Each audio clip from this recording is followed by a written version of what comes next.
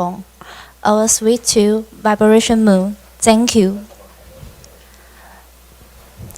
我们的演讲即将在3分钟后开始，请各位贵宾将你的手机转成静音或者是震动，谢谢。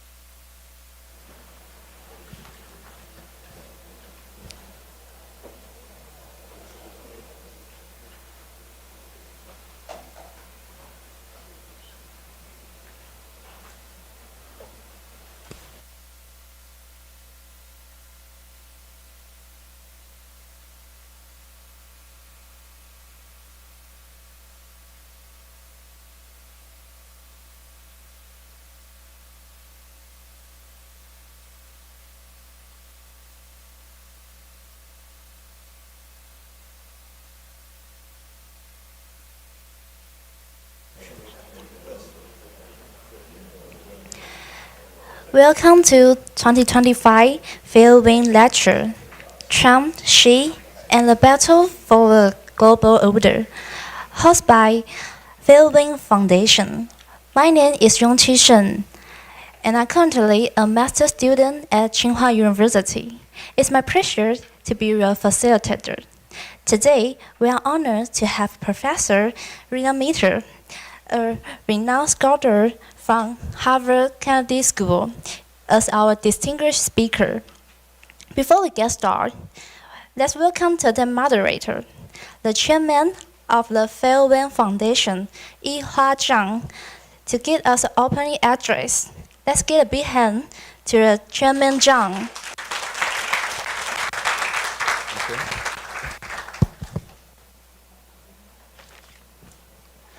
Hello, good afternoon, ladies and gentlemen. Welcome to the event organized by the Fairwind Foundation, TVBS, and the Storm Media. Today's topic is about Xi Jinping, Donald Trump, and their battle for the global order. It is our great honor to have two distinguished scholars here today to share their views about the returning of Donald Trump to the White House and the possible development of the relation between China and the United States. I think the importance of the topic is so obvious that I do not need any elaboration.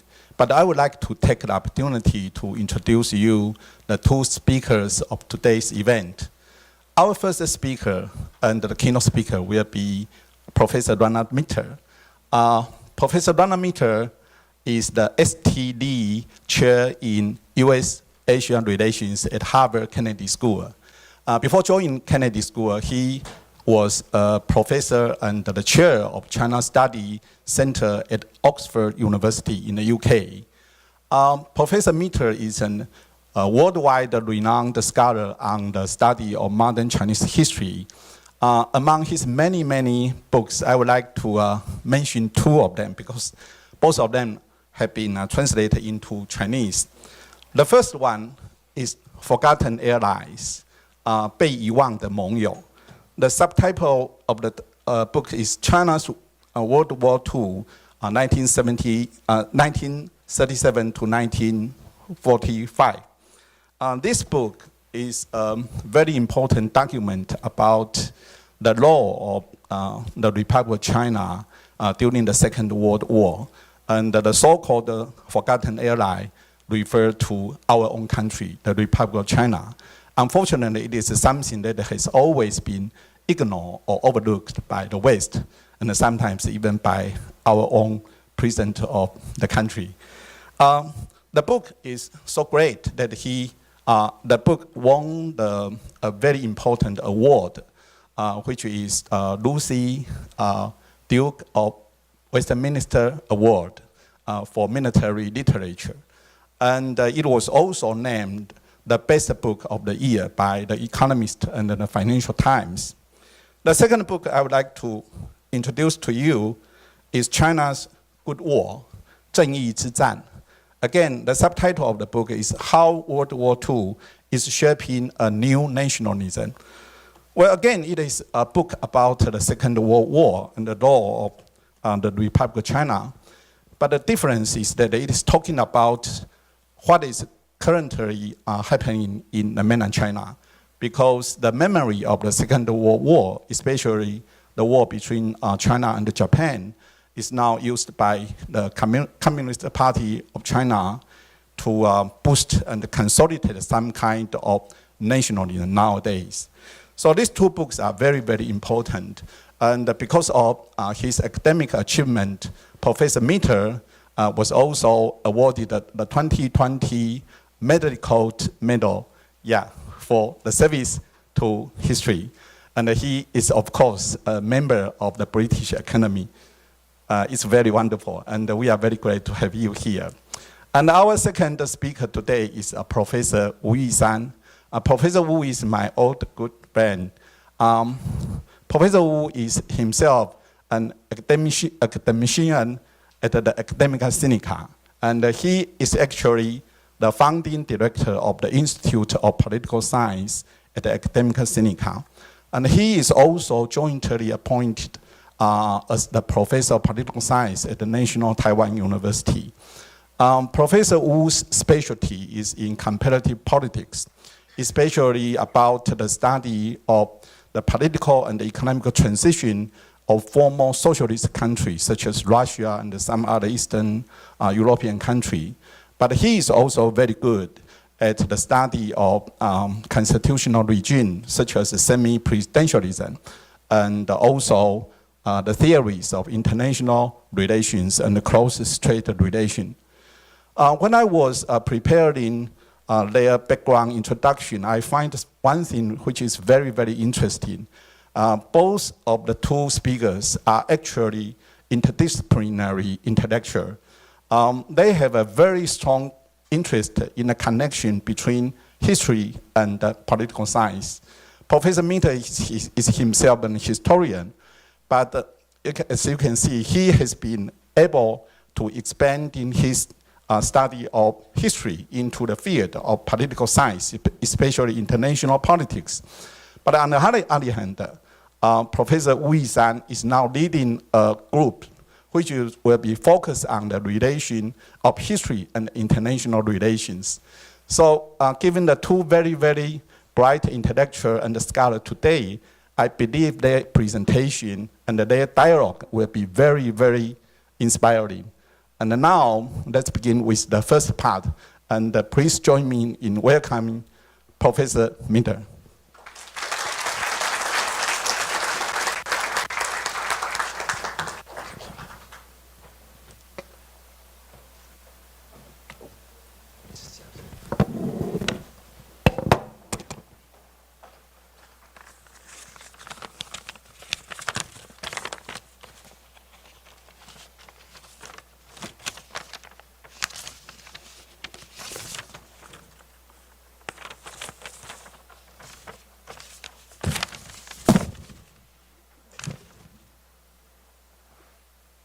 It's a great pleasure. Oh, sorry.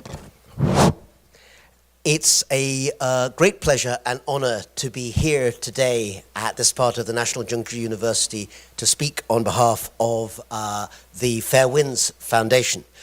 And I'm also very grateful to all of you for coming here on a Saturday afternoon here in Taipei, when you could be out at the movies maybe, or a ball game, and instead come and hear a talk about geopolitics.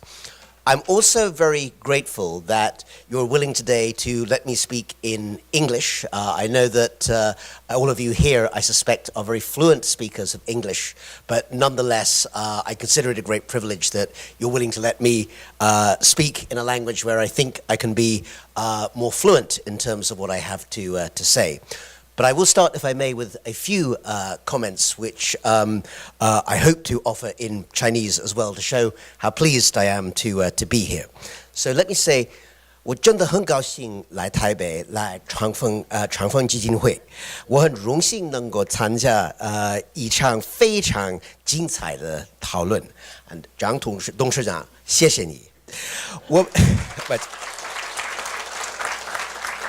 有3点我要说，我们本次论坛的主题是大国体系竞争缓时协调。今天我想讲3点。第一，首先在漫长的历史中，竞争与协调是相结合的，这很正常。我觉得这个是真的问题是竞争能不能管理。第二，有一些问题显然非常重要，因此协调至关重要。最明显的是气候变化，人工智能是另一个。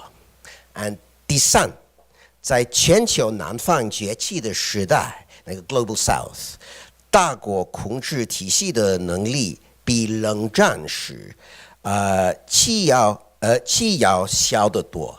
所以这些3点我要强调，可是强调的方法只是说英文的，所以我觉得这个还可以。And I know that sometimes I can speak quite fast in English. So 如果你觉得我说的太快，你说慢走，告诉我，我慢一下。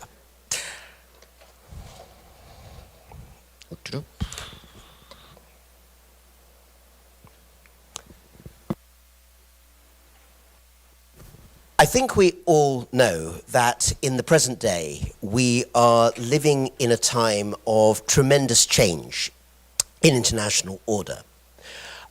It's clear that the United States and China have become and will remain the most powerful actors in international politics for many, many years to come, possibly even decades, but that also at this particular moment, with the arrival of a new American administration with a very different way of doing politics, either compared to the Cold War or the post-Cold War era, and a China which continues to have global influence, but whose economic, security, and international policies more broadly are still changing quite rapidly. In this situation, there is, as the title that Chairman Jiang has given us for today, a battle for global order, or at the very least, an extremely robust and not always friendly discussion. And what I'd like to do today is to talk a little bit about the various areas, the various aspects of that international competition, but also look forward. Try and find various ways, which I will explain, in terms of the way in which different aspects of global order will change, not just in terms of the big power relationships that I've mentioned, but also in terms of some of the bigger and more important transnational stories on energy, on science, and in a whole variety of areas where that international competition, I think, will become fierce, but also in some ways very different from what it is today. Looking at this perhaps slightly awkward meeting between President Xi of China and President Trump of the United States, we can see that this is part of a wider and changing relationship between these two countries, which in some ways is not really new to the Trump presidency. In some ways, I would say that the turn towards our present moment, one in which the United States and China look likely to have at least some kind of confrontational relationship in language and in economics, if not necessarily in military terms, perhaps dates from the beginning of the 21st century. Looking back in the year 2025, I would say that perhaps the last time that there was a single global event on which both the US and China were united, that was the entry of China to the World Trade Organization, WTO, in 2001. And since that time, there has been, I think, undeniably, a divergence between the two, although there are some issues. I mentioned before climate change. There are others where there is some scope for coordination, or has been at least in the recent past. Let me show you how, in some ways, under the Biden administration, which of course has just finished office a few months ago, even then, there were ups and downs in the relationship that perhaps could not have been foreseen at the beginning of the term, but it emerged by the end. And by that I mean that these two pictures, in a sense, show the difference in the relationship between the two sides, even in the space of one short 4-year US administration. So some of you who keep an eye on the news will note and remember that back in March 2021, just 2 months into the presidency of Joe Biden, a meeting was held in Anchorage, Alaska, between the Chinese and American sides on trying to coordinate the relationship in various ways after the first Trump administration. And the body language, the language in that room, in some ways symbolizes the gap between the two sides. The delegation of the Americans, led by the new Secretary of State, then Antony Blinken, and on the other side, Minister Wang Yi and others on the Chinese side, essentially wearing masks. This was still the COVID time, of course, and essentially having not a dialogue, but two monologues in which each side stated their own grievances and troubles, but without much interaction. Even in the, so in the 2 years that followed, however, there were ups and downs. Again, many of you will remember that one of the most worrying moments of that Biden term in relations, in US-China relations, was the so-called balloon crisis, when the discovery of what China insisted was a weather balloon, and the Americans declared was a spy balloon, was found floating across the Midwest of the United States.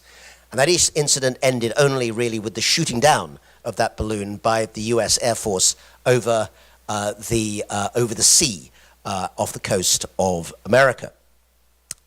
But within a couple of years, slow and steady and behind-the-scenes diplomacy led to a series of changes, particularly by the year 2023.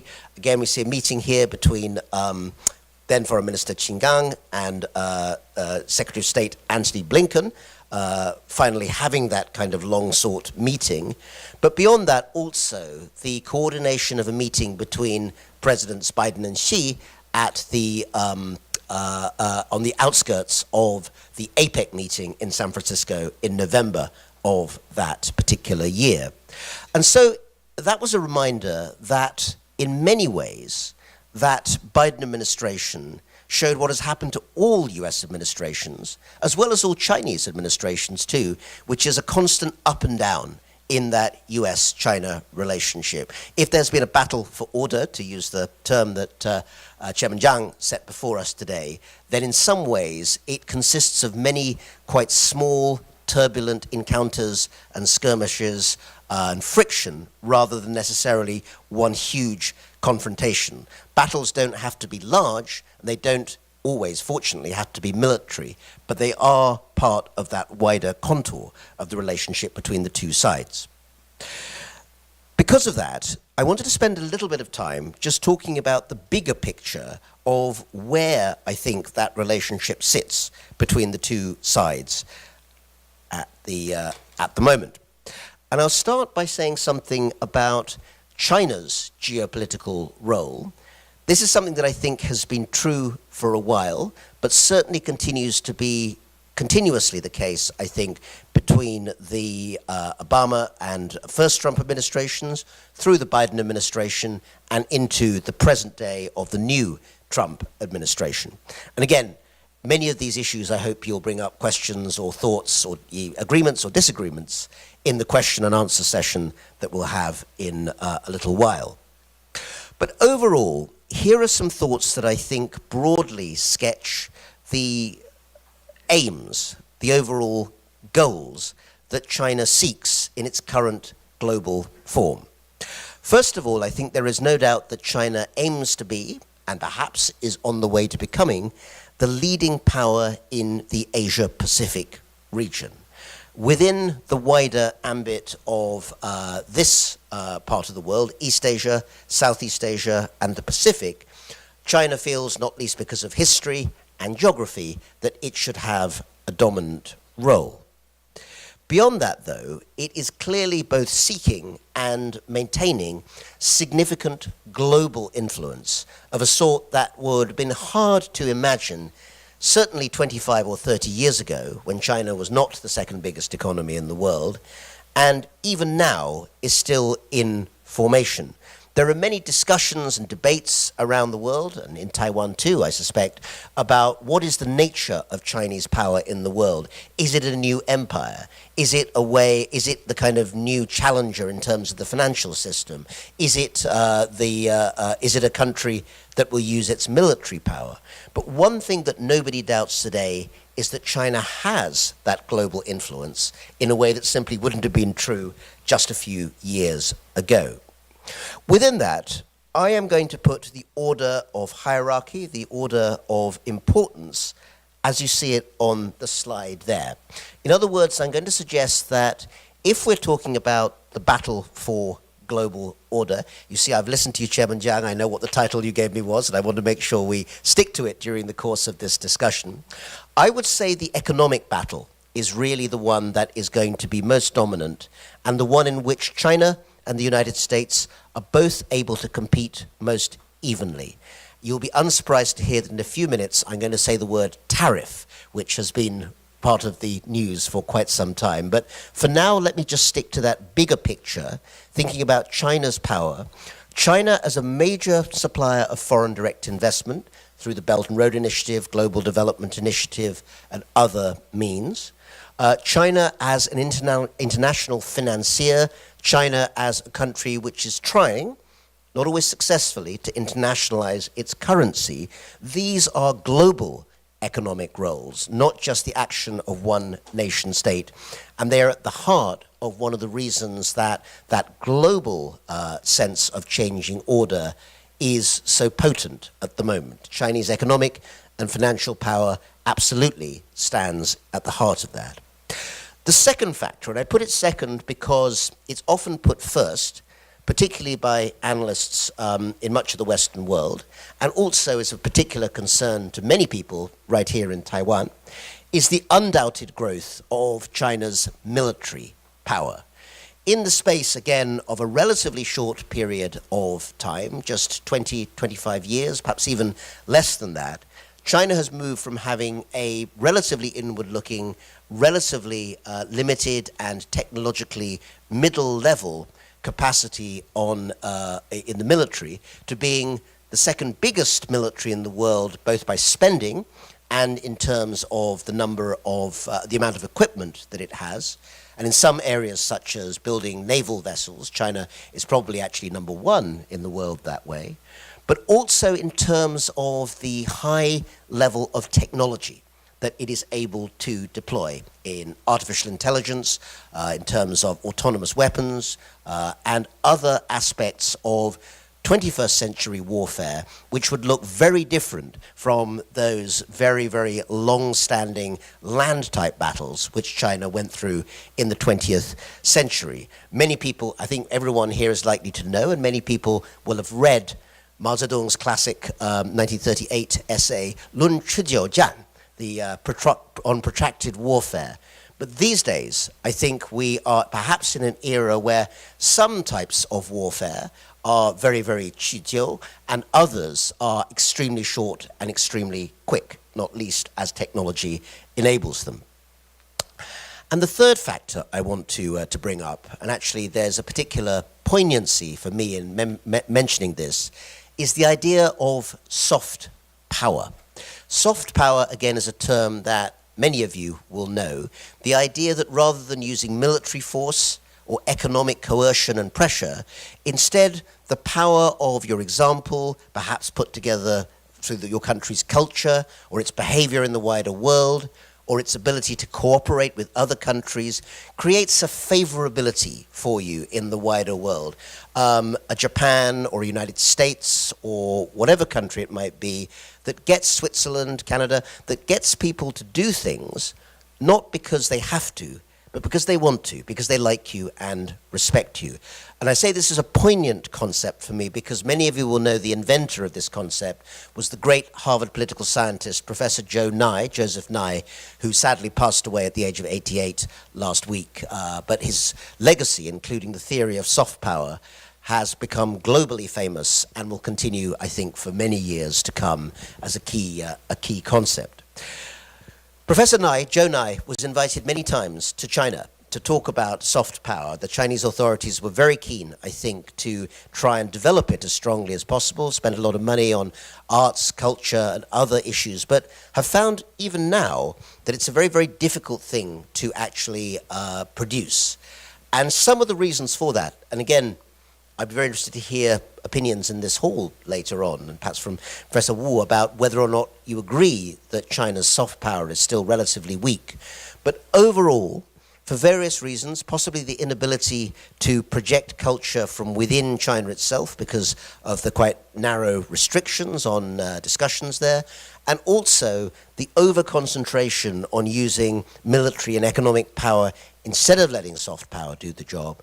All of these mean that for the moment, China still retains a weak level of soft power in contrast with very strong economic power and very strong military power. The term power in this sense,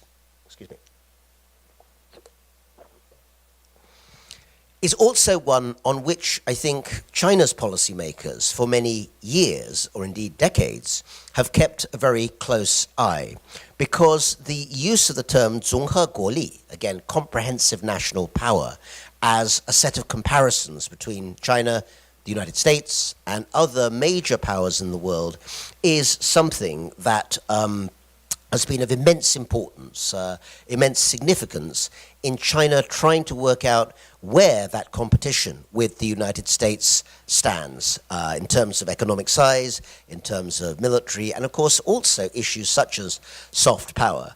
And for the moment, in many of those areas, China has been rising, but still finds itself broadly defined as number 2 to the United States. And the question, of course, is whether or not the position of number 1 will change in the next few years. And secondly, perhaps the bigger question of what does it actually mean to be number 1 in this new global order? One thing, of course, that it's possible to talk about is number 1 in terms of trade. And I want to bring this into the discussion because if there is one issue that has been very, very important in the 长期历史时代, the kind of long-range historical period that is the first 4 months of the year 2025, it is almost certainly the question of trade and tariffs, put on the table under the as part of the policy of the new Trump administration. And whatever you think of tariffs, definitely a new way of doing international geo-economic relations. For the last 80 years, objectively speaking, you could argue that the downgrading of tariffs and barriers has been a key goal in international trade through the GATT, General Agreement on Trade and Tariffs, and then later through the WTO, which I mentioned, of course, before, with China's entry in 2001.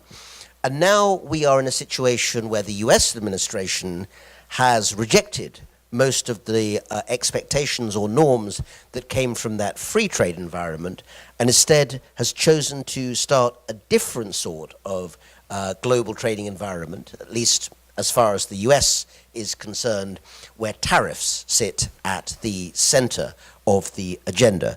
The graph here gives you a little bit of a sense of what it was about the US-China relationship that alarmed those in the Trump administration who are in favor of increasing tariffs. The president himself, of course, very much there, but also trade advisors such as Robert Lighthizer, who was US trade representative in the first administration and has written a book called Trade is Not Free, which very, very much pushes back against the idea that you should simply lower tariffs as much as possible.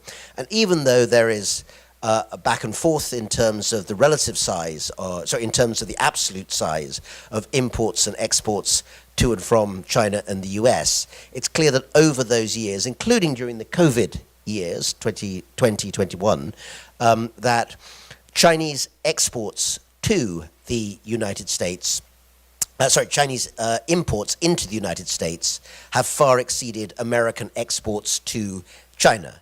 And while most trade economists would argue that trade deficits are not necessarily a sign of an imbalanced relationship overall, they reflect demand for particular types of goods, for which, of course, there's then fair exchange through currency. Nonetheless, the idea that essentially American manufacturing had been hollowed out through a variety of factors, automation, new technology, but also the rise of manufacturing in China, has now become a very central part of American political thinking, and probably will not change for quite some time to come, judging by its success in allowing Republicans to be elected who, in contrast with their predecessors from 10 or 15 years ago, are very much against the world of globalized free trade, having previously endorsed it under prior leaders such as Ronald Reagan and George Bush.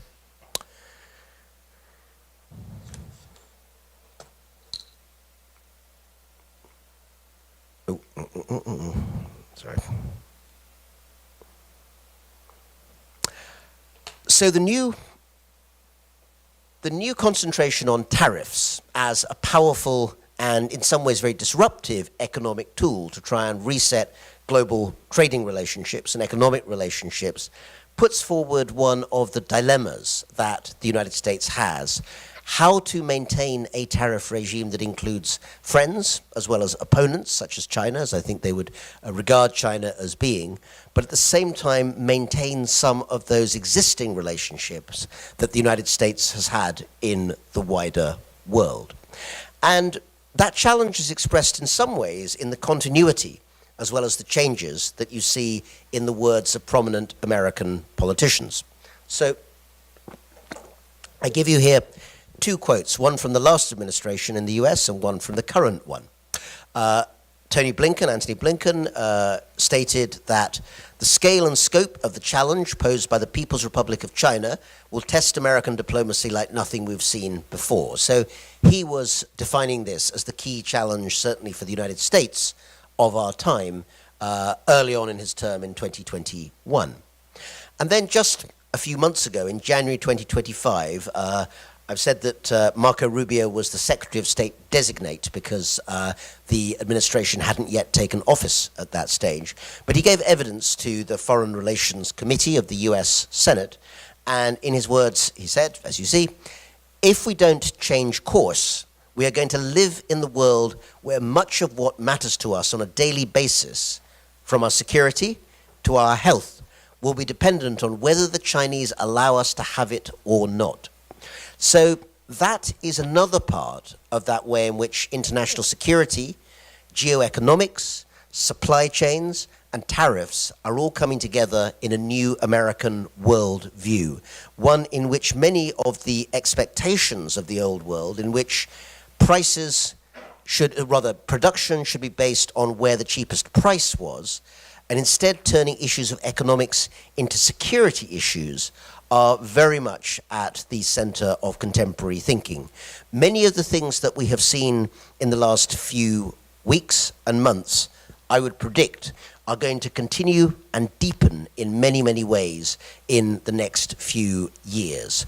In other words, although the tariff policy will change, and we've seen already in the first few weeks there's been ups and downs and changes, I think it is very unlikely that we will see in the near future that tariff policy in the US will go back to what it was before, in which tariffs were either very low, single figures, 2 or 3%, or 0. That number we see of a sort of mean of 10% or so, I think is here to stay for quite a while, and that is true for allies of the US, such as the United Kingdom, as much as it is for China or other countries that are felt to be adversaries of the United States. The level, in fact, at the moment, as we speak, of tariffs on China has been an additional 30%, whereas actually some countries that are closer to the US, such as Japan, on some products, such as autos, I think have even higher tariff levels. So tariffs are a tool that I think are here to stay for quite some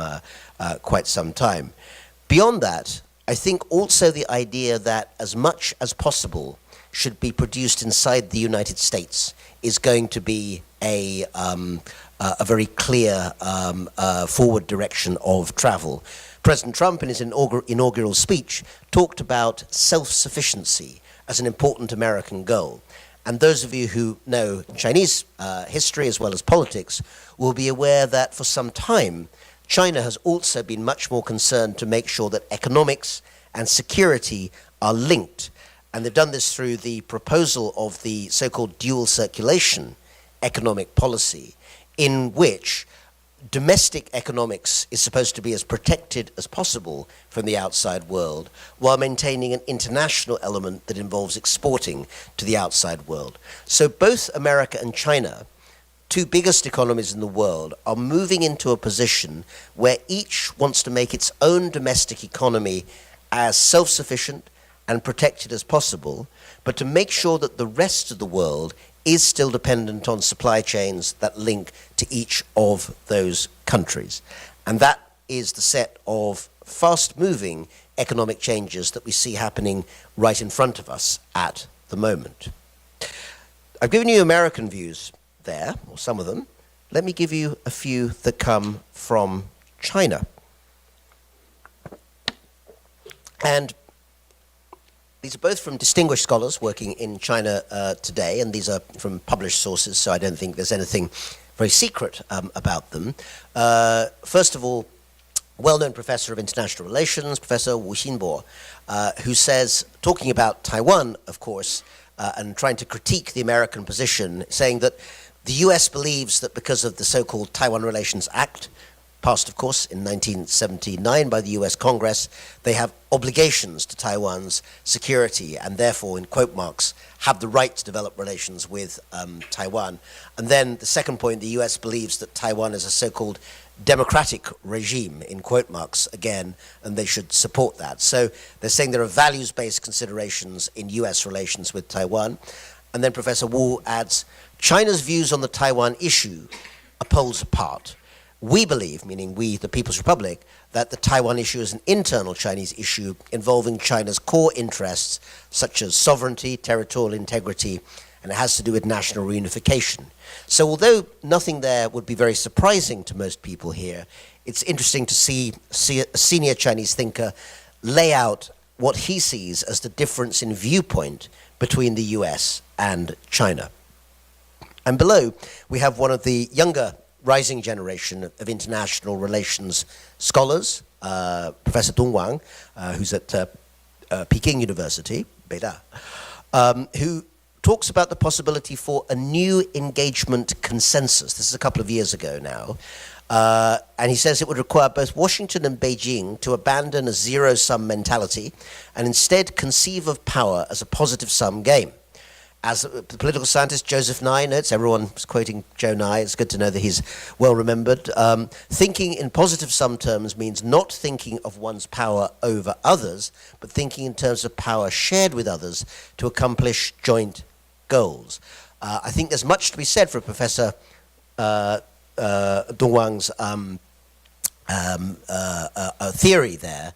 But right now, I would suggest we are not moving into a world where that particular view of an engagement consensus between the US and China, or the idea of shared power as opposed to siloed power, is likely to manifest itself anytime very soon.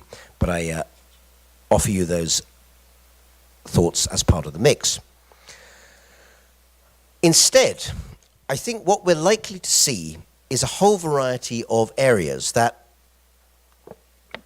I would term structural issues in terms of the geoeconomic world that is emerging before us. And I will say a bit more about security and the military in a little bit, but I want to start with the economic side first. First of all, I think that in the last 5 or 6 years, ever since the COVID pandemic, the whole world, whether it's China, United States, Taiwan, Europe, Africa, has become aware of how important and how vulnerable supply chains for global trade actually are. For a long time, the questions of supply chains and logistics were not amongst the most interesting of the issues that international trade theorists or economists tended to have in mind.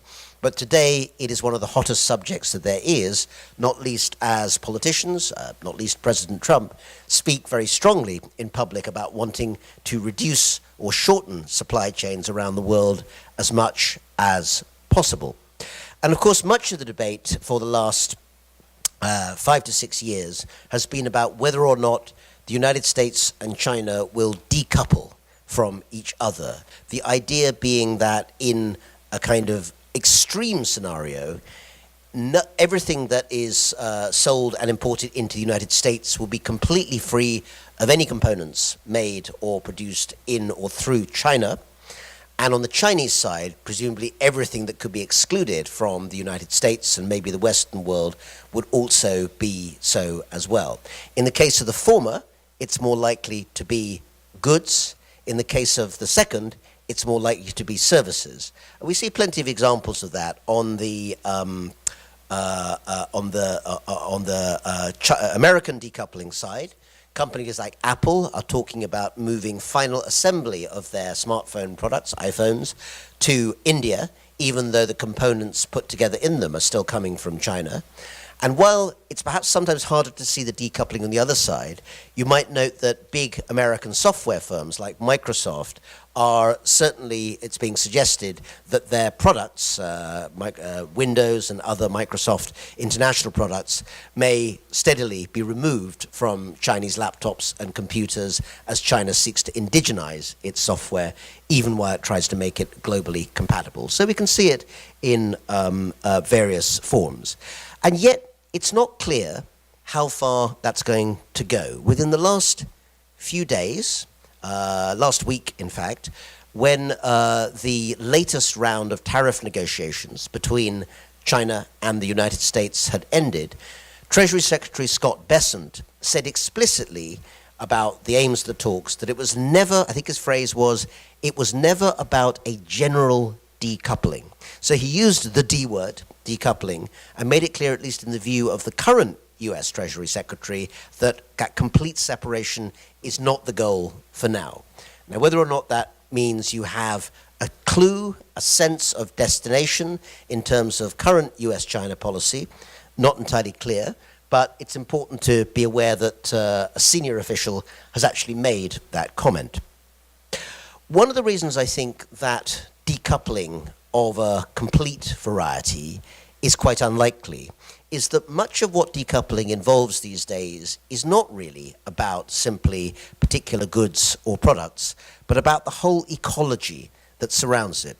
And again, Taiwan, which of course has become famous for the manufacture of semiconductor chips, amongst other things, is one of the places that sits in the middle of such an ecology, even though many people have tried to reproduce those chips elsewhere in the world, including actually the companies which have been most involved with making them here, setting up fabs elsewhere in the world. Nonetheless, the Taiwan productive environment, the combination of people, the place, the conditions, the long history of building up that particular type of ecology for chip production can't simply be instantly reproduced somewhere else. And that sense of the talent pool, particularly in the IP, the intellectual property, which sit at the heart of the most economically rich and productive parts of the global economy, is a difficult barrier to overcome. In other words, simply thinking that the US or China or anyone else can quickly reproduce that very, very complex series of relationships between labor, capital, and production, I think is going to be a hard obstacle to overcome. The third point here, and what I want to say a bit more about, is the question of energy. The issue is that these days, unlike in the 1970s and 80s, there is no real fear of a lack of energy availability. People don't think oil is going to run out or fossil fuels will run out. Fracking and shale production and other means have made that clear. But the problem that comes with fossil fuel energy technology of climate change is clearly still very, very much feared and experienced by much of the world. And therefore, the question of who gets to operationalize and embed the green energy economy is probably one of the single most important questions of the rest of this decade and into the 2030s as well. And beyond that, linked to all these, the question of international and global capital. Who is able to raise capital? Who is able to move it around the world to invest it? And what will it be invested in and how? These questions used to be, in some sense, quite non-political ones, at least non-party political. But now the politics of the US-China relationship have meant that even the choice of where and how to invest have become highly politicized as well. So let me spend a few minutes diving down into a few specific cases. I'd love to take even more, but of course we want to stick to a reasonable amount of time so that we can have comments from Professor Wu and wider discussion with everyone here, I would hope. The first is the idea of green energy as a moral narrative. What do I mean by that term? Well, first of all, let me show you just with these graphs what we're talking about in terms of China's engagement with energy production and its move towards green, post-fossil fuel, clean energy production. First of all, you have on the left-hand side there a graph of how between 1992 and 2022, so that's basically about 30 years, China has continuously increased its national supply of electricity generation with hydro, renewables and nuclear energy, all of which of course are non-fossil fuel. And they're pretty impressive numbers overall. At the same time, you also have to note that if you look at the comparison of the emission of fossil fuels between China and the United States, and of course that green line is the rest of the world as well, China is still making up a pretty hefty chunk of overall fossil fuel emissions that are continuing to fuel climate change. So China is both one of the four actors, along with India, EU, and the United States, that is producing huge amounts of carbon that is fueling climate change, but also, to be fair, is also making huge strides in terms of that green energy capacity. And I think that one of the ways in which China will take advantage of the decision by the Trump administration to push back towards more sale and use of fossil fuels is that China will portray itself as being the global leader in terms of green energy. Now, as I say, I'm showing you this graph to point out that this isn't necessarily literally true in the case of China, because there's both lots of capacity on green energy, but also lots of production of carbon. But the point about narratives is that they're a way of telling a story. They're not necessarily a granular, detailed way of giving all the details of what's going on. And I think China portraying itself as the provider of the next great global public good. In other words, the idea that green energy is going to be the answer to rising economies in Southeast Asia, Latin America, Sub-Saharan Africa, rather than using fossil fuels, because those countries, of course, are the ones most vulnerable to climate change in the first place.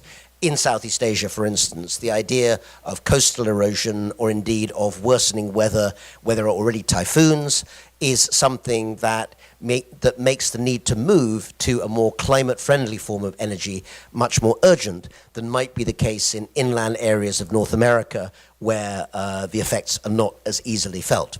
And so I would predict that that moral narrative, the battle over the moral narrative of who is the clean energy provider to the world, is going to become a much bigger part of the global discourse in the next 10 years and beyond. Another area in which I think that there is going to be many changes in terms of global order is the question of where Russia fits. I haven't mentioned Russia yet, but it is one of the things that is clearly going to be a wild card, or at the very least, a kind of unpredictable factor in an increasingly unpredictable new global order. And many of you may have heard a term that was being used quite a bit just 2 or 3 months ago, in about February, March of this year, when it wasn't clear how the Russian invasion of Ukraine and the war that followed that was going to be resolved. And one particularly bold new proposal that came from inside the new administration was the idea of what some people called the reverse Nixon or reverse Kissinger move, depending which one you prefer to put forward.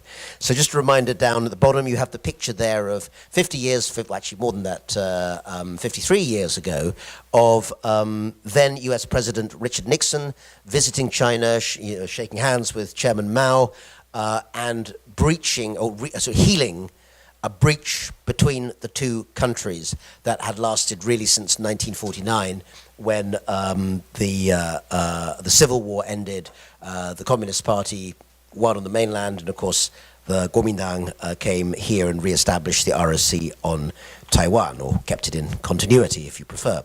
So that moment, of course, was significant because it was the beginning of a process where, at least for a couple of generations, both the United States was in a position to speak both to the PRC and to the Soviet Union, and essentially maneuvered so that the Soviets were alienated from the Chinese and China was closer to the United States. Not what the ideology would have suggested, but of course something that was geopolitically very useful to an America which was trying to end the Vietnam War and get out of a very difficult situation in Asia. So people ask, could the same thing be happening now? Could Trump's friendliness towards Vladimir Putin actually be a sign that America can peel Putin away from Xi Jinping, that the two of them will in some ways be separated, and instead the US may be able to bring Russia to the side so that it can concentrate on pushing back against China? My opinion is that I don't think that this is likely to work out.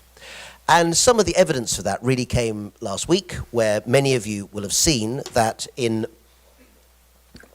Moscow, indeed, in Red Square, Xi and Putin stood together very, very publicly as a clear sign that whatever maneuvers might be happening, or even when there are disagreements between the two of them, nonetheless, both still regard Washington as either a capital city with which they have significant and severe differences, or at worst, actually, an adversary. Putin at the moment has more motivation to at least try and fit in with some American lead and desires around the Ukraine war. Beijing doesn't currently have too much motivation, but of course on the question of tariffs has been willing to negotiate. But those negotiations are very different from the idea of a fundamental global reset in which America and Russia push back against China. That, I think, is an extremely unlikely outcome, although we've had a lot of quite unlikely outcomes in the recent past, it must be said. And beyond that, I think that we are likely to see continued back and forth on tariffs. So I think for a while, the 30% tariffs that we see on China are likely to stay where they are. This was a statement that the White House made just over 3 months ago. It feels like a very long time ago. But here, the argument is that because China's intellectual property theft, forced technology transfer, other unreasonable behavior, whatever that might be, President Trump acted to impose tariffs using leverage to reach a historic bilateral economic agreement. And I would say that having got the current agreement, that's likely to stick there for quite some time. I don't think that that tariff level will change all that much up or down in the near future. Instead, attention may well turn to where we are now. And this is one of the most unknowable issues, I think, in the present moment. But again, your views would be very, very welcome in the discussion. There are some indications that things have changed. At one point, there was a interest about the fact the State Department no longer has placed the words One China policy on its website, or that may have at least been the example of some sort of bureaucratic clearing up going on, or it may be the case that something else more fundamental is happening, but there's no official statement about that. I think it's fair to say that people who have put forward any public statements at all from DoD, the Pentagon, and State Department still advocate a highly defensive posture for Taiwan. The idea that Taiwan defending itself is an American interest does not seem to have changed at the moment. There's also quite a lot of emphasis by the new administration on quite traditional allied efforts in Asia. The AUKUS program, Australia, UK, United States on nuclear-powered submarines, put in under Biden, that's still ongoing, at least for the moment.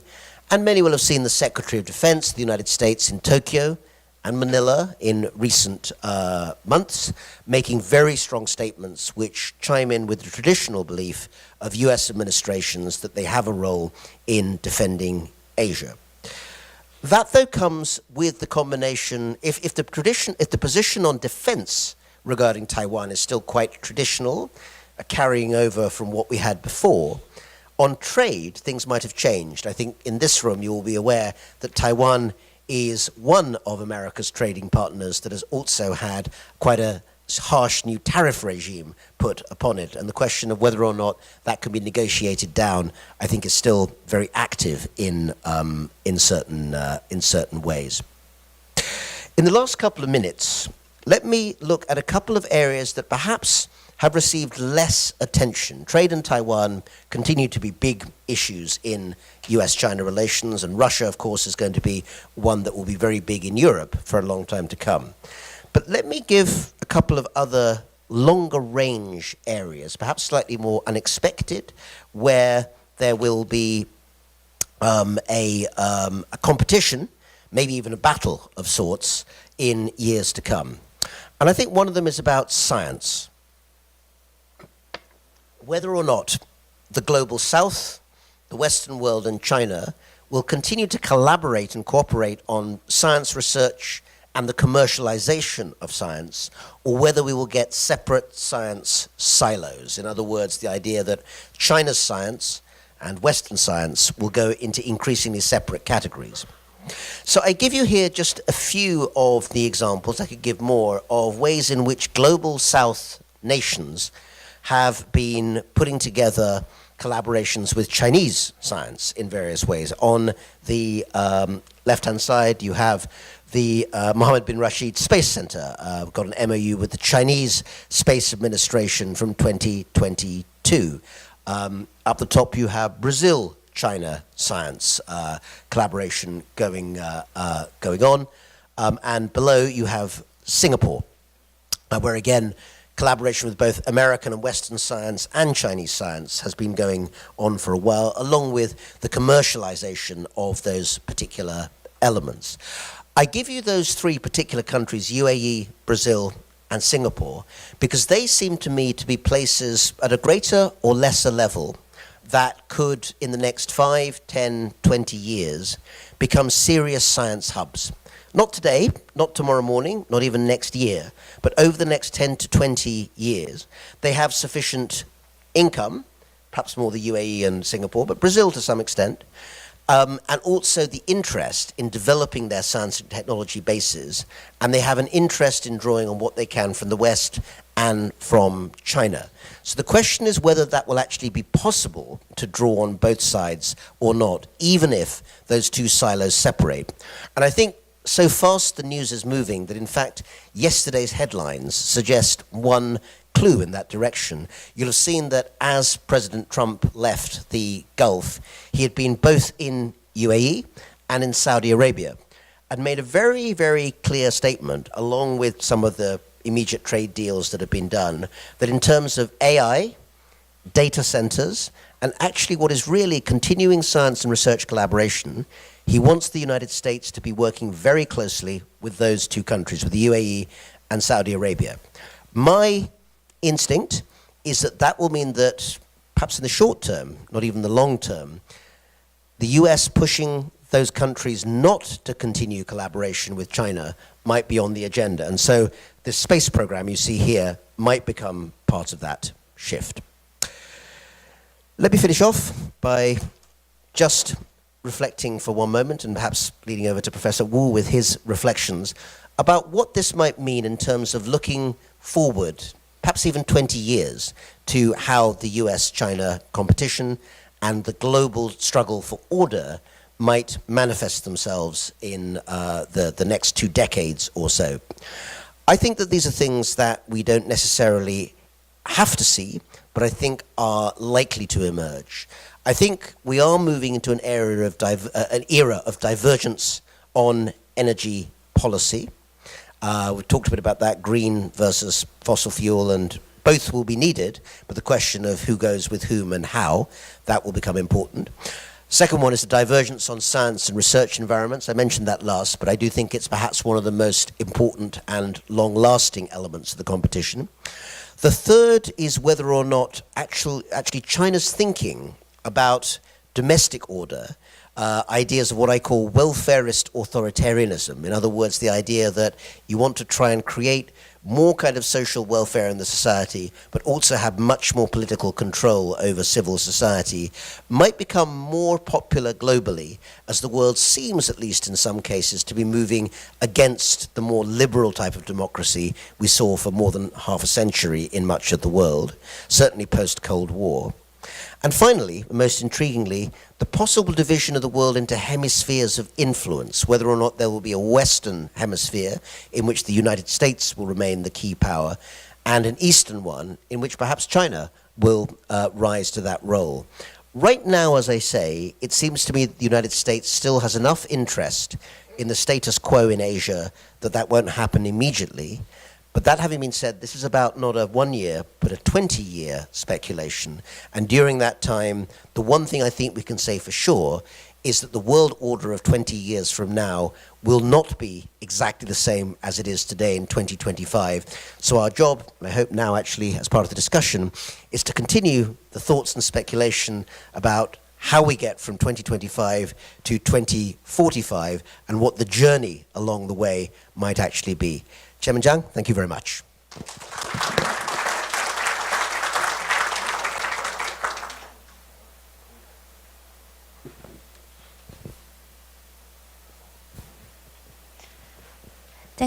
Thank you, Professor Mitter, for your inspiring speech.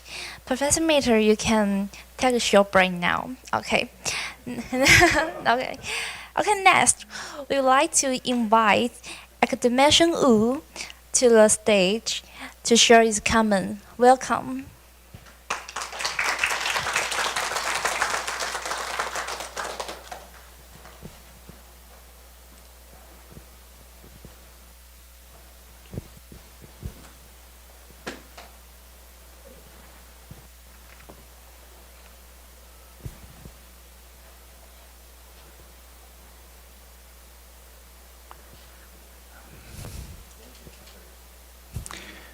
Chairman Jiang, Professor Mitter, ladies and gentlemen, it's my privilege to be invited to dialogue with Professor Mitter on this very important subject, namely the relationship between the United States and the PRC and its implications on global order. And I think Professor Mitter has given a very detailed account about the interaction between these two powers in different sectors, trade, investment, energy, and so on and so forth. Also, he brings about the issue about reverse Nixon and the Taiwan issue, and so on and so forth. What I'm going to do in the next 20 minutes will be to provide a international relations account of the deep cause of the conflict between these two countries, concentrated on the two leaders, Xi Jinping and Donald Trump, and try to envision what will happen in the future based on these two types of leaderships.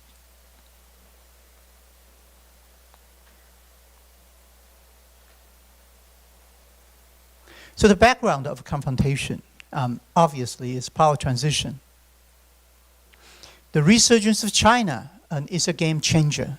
So I think the most important thing that has happened in the 20th century that has a deep impact on what we are experiencing nowadays is the successful economic reform of the PRC. That changed everything. I have to bring about this international theorist who made his fame in the 1950s and 1960s. He really was very much ahead of his time because he said international system is stable when there is a hegemon. It will become unstable when a rising power is challenging the hegemon. That is, when there is power transition between the hegemon and its challenger.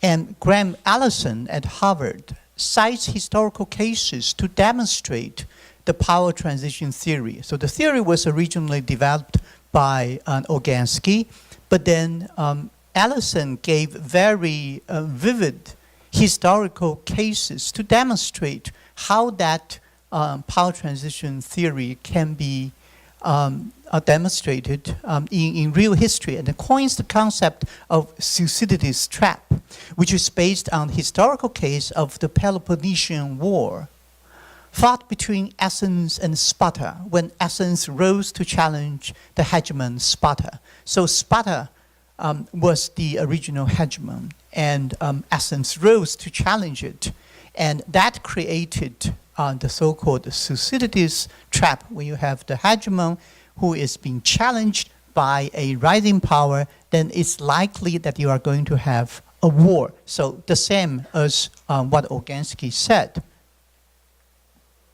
And this Graham Allison, and the statue is Thucydides.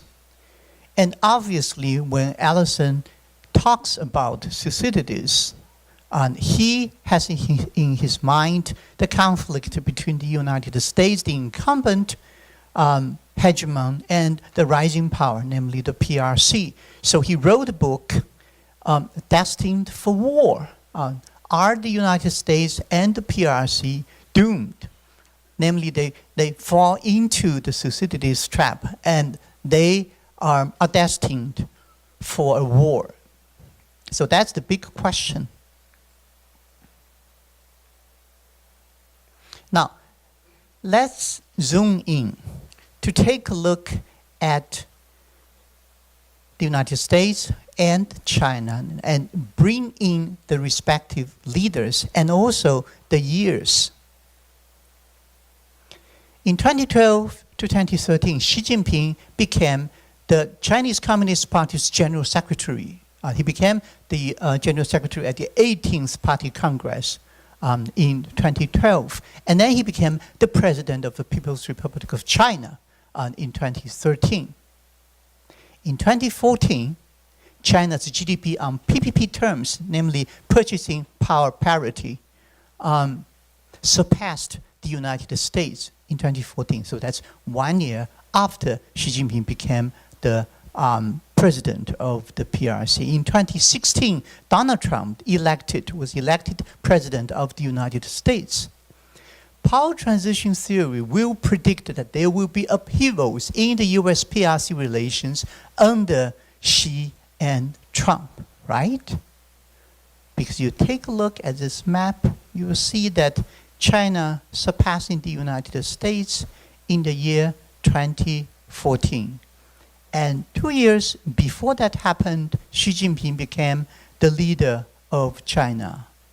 2 years after that happened, Donald Trump became the leader of the United States.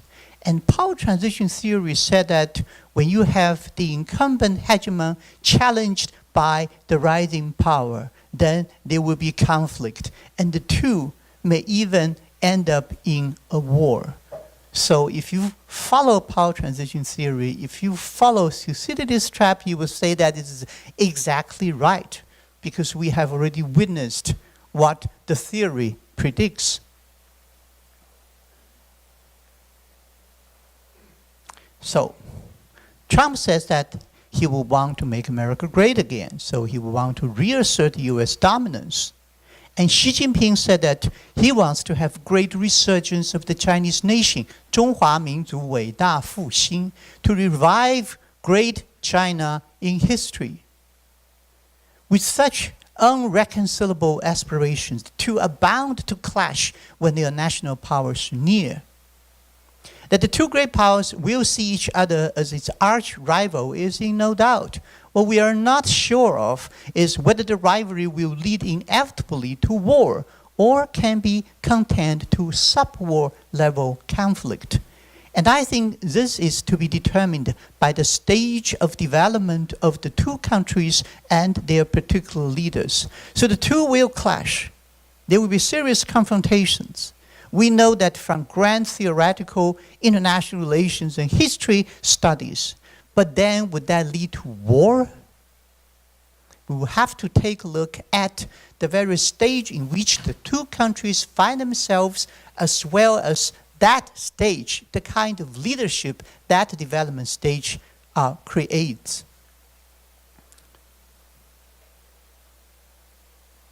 So where's China? Why did it create Xi Jinping? Here I'm going to use a three-dimensional framework to locate China's position for you. The first one is concentration of political power. When we take a look at a communist regime, we will use the three dimensions. They are derived from the study of comparative communism. The first one is how concentrated is political power in this particular regime. The second one is the expansion of the party state. How deeply penetrated is the state by the party state? And the third one is the degree of institutionalization. Do we have very institutionalized politics in China?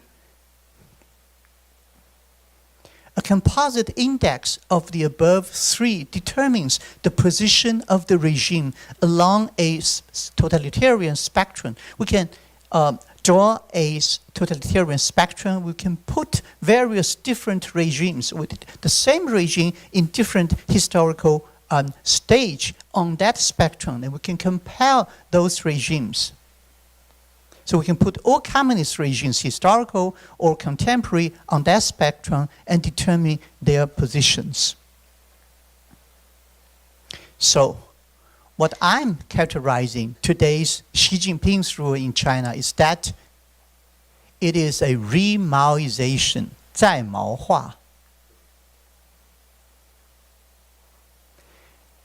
Let's first take a look at the concentration of political power. Xi Jinping raised his own statue to the level of Mao and Deng, probably surpassing Deng. If we take a look at the third resolution on party history, you will see that he has already risen his position on the history to the level of Mao Zedong. He grabbed the prime minister's power both from Li Keqiang and Li Qiang, especially the economic power. The party is now taking a lot of state functions. He purged a lot of cadres, so on and so forth. So he is very successful in concentrating political power in his hands. And he is only second to Mao Zedong in that regard. So, re-Maoization. About the expansion of the party state, is this building of new whole country system, 举国体制. Private championship enterprises brought under party control. Jack Ma, Ma Yun. He just like rehabilitated, right? Because he was out of public scene for a long time. And so those bosses of very important private enterprises in China, they are under direct party control. Cultural conservatism. Xi Jinping will remove very popular TV series from the channels if he thinks that this is decadent. I mean, this kind of things I don't want the Chinese young generation to see that. He can do that. Suppression of Western influence. I have a student right now teaching in Shanghai. And she informs me that every teacher in the city have received instructions from the party, from the school. Of course, you have very strong party cells in the school, basically telling them that you should discourage students from celebrating Western holidays, which means like Christmas. So that's the kind of cultural atmosphere that you have today in China. And this is under Xi Jinping.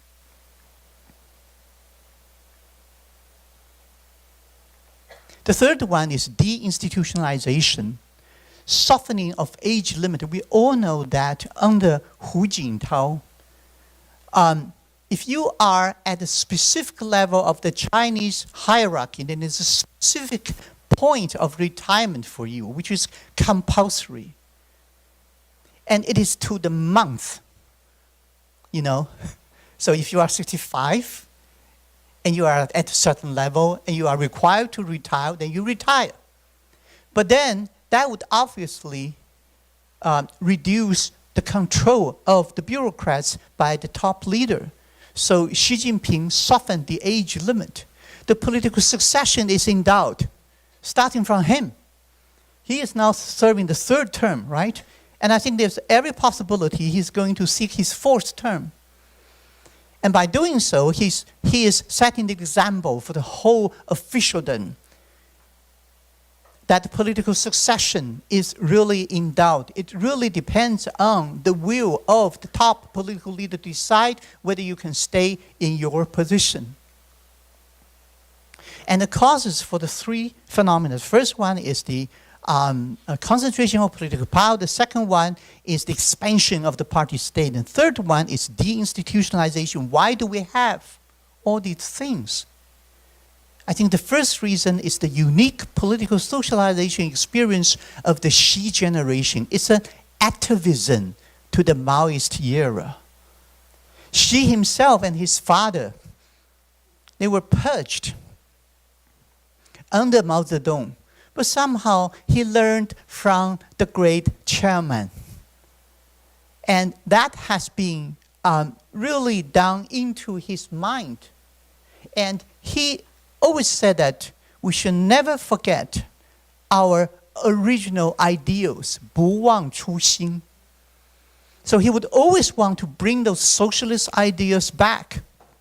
So that is a very unique feature of the Xi and his generation. The second one, I think, probably is more important.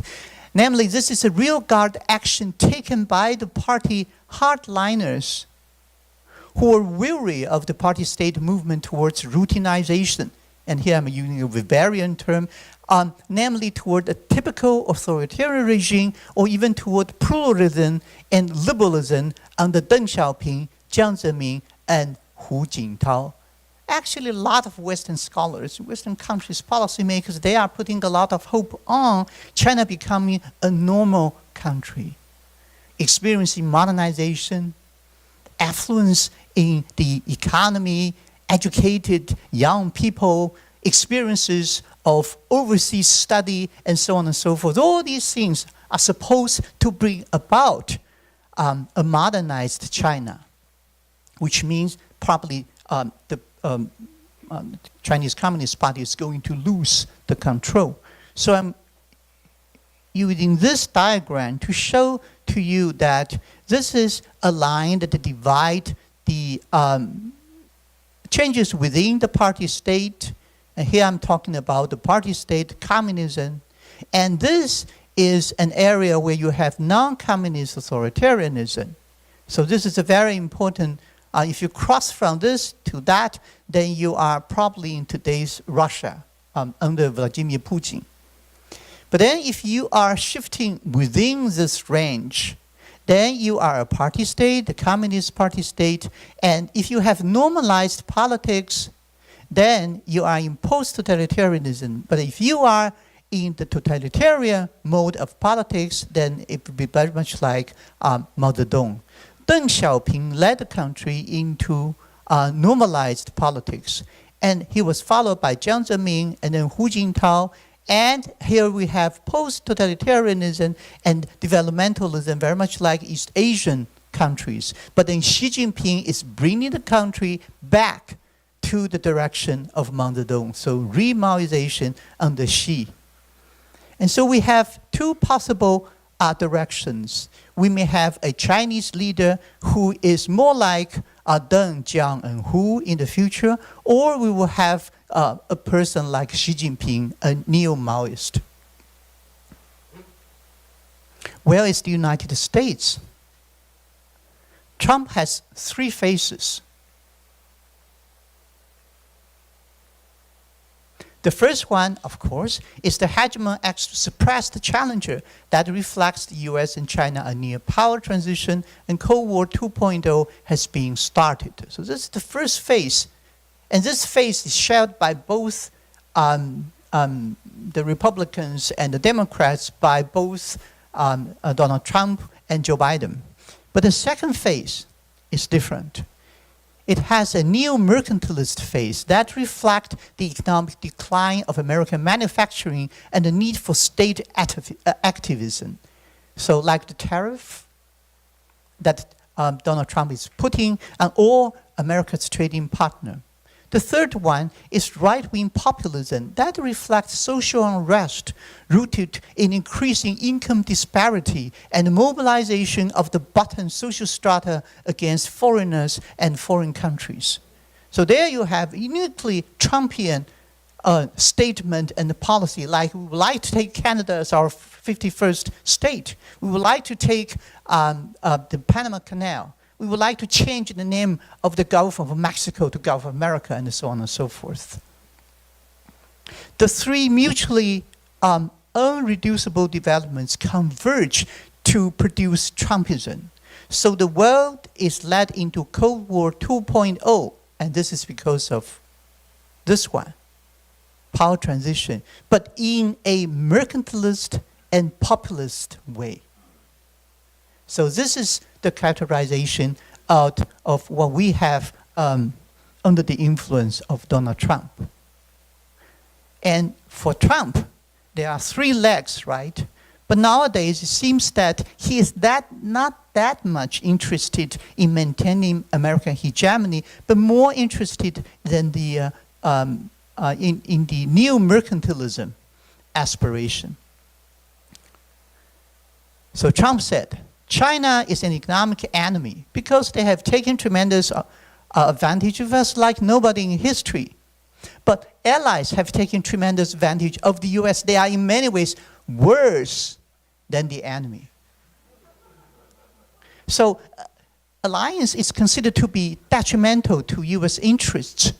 And in international relations, we know that when you are facing a threat, you can respond by either taking the strategy of internal balancing, that is making yourself strong, building up your military, and so on and so forth, or external balancing. External balancing meaning you will build an alliance system against a common enemy. But for Trump, external balancing, alliance, is detrimental to US interest. This is the first American president who has ever made such statement. So he would like to make America great again. I'm approaching to the end very quickly.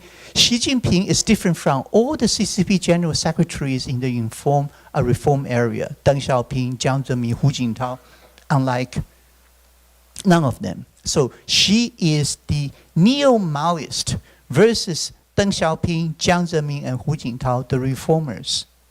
Trump is different from all the American presidents since 1920s.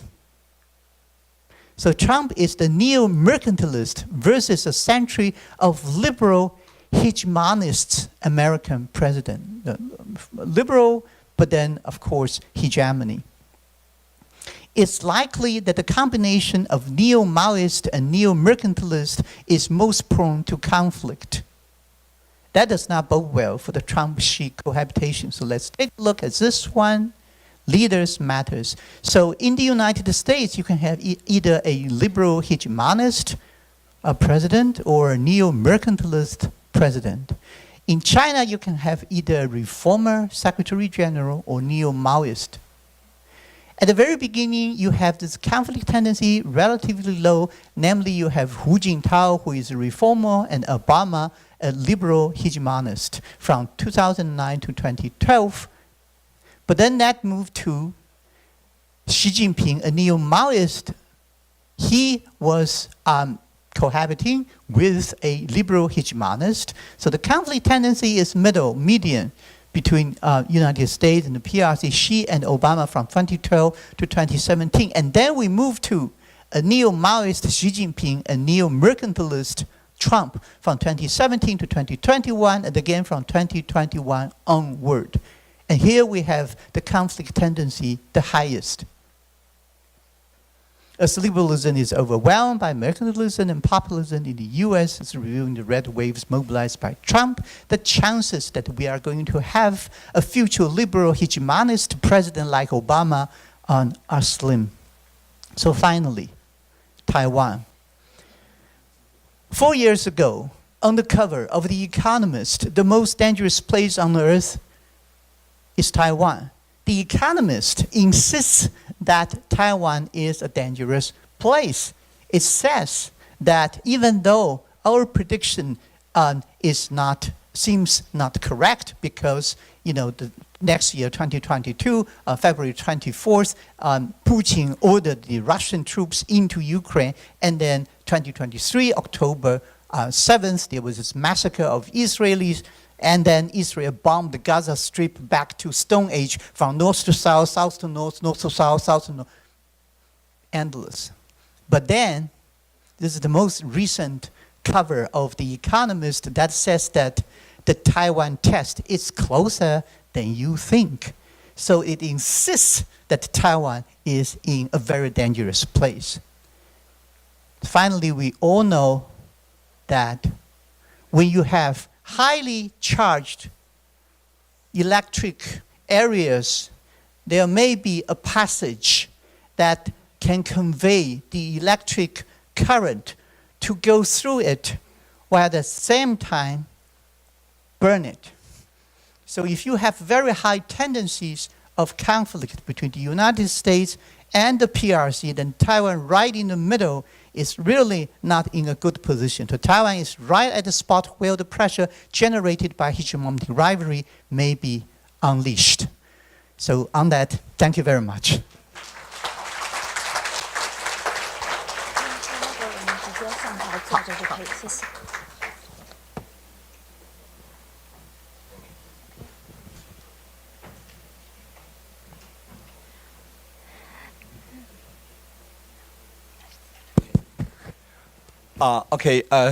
Thank you, Professor Wu and Professor Mitter, for your wonderful presentations, and very, very illuminating. Now we are entering the second period of our event, that is the dialogue between the two speakers. But before we open the floor to our audience to ask questions, but first of all, I would like to ask you to Scarlett a couple of questions according to what you presented just now. Let me begin with the problem about the nature of the two regions and the possible development of the relation between the two regions. Because in your presentation, you too described the United States and China in different ways.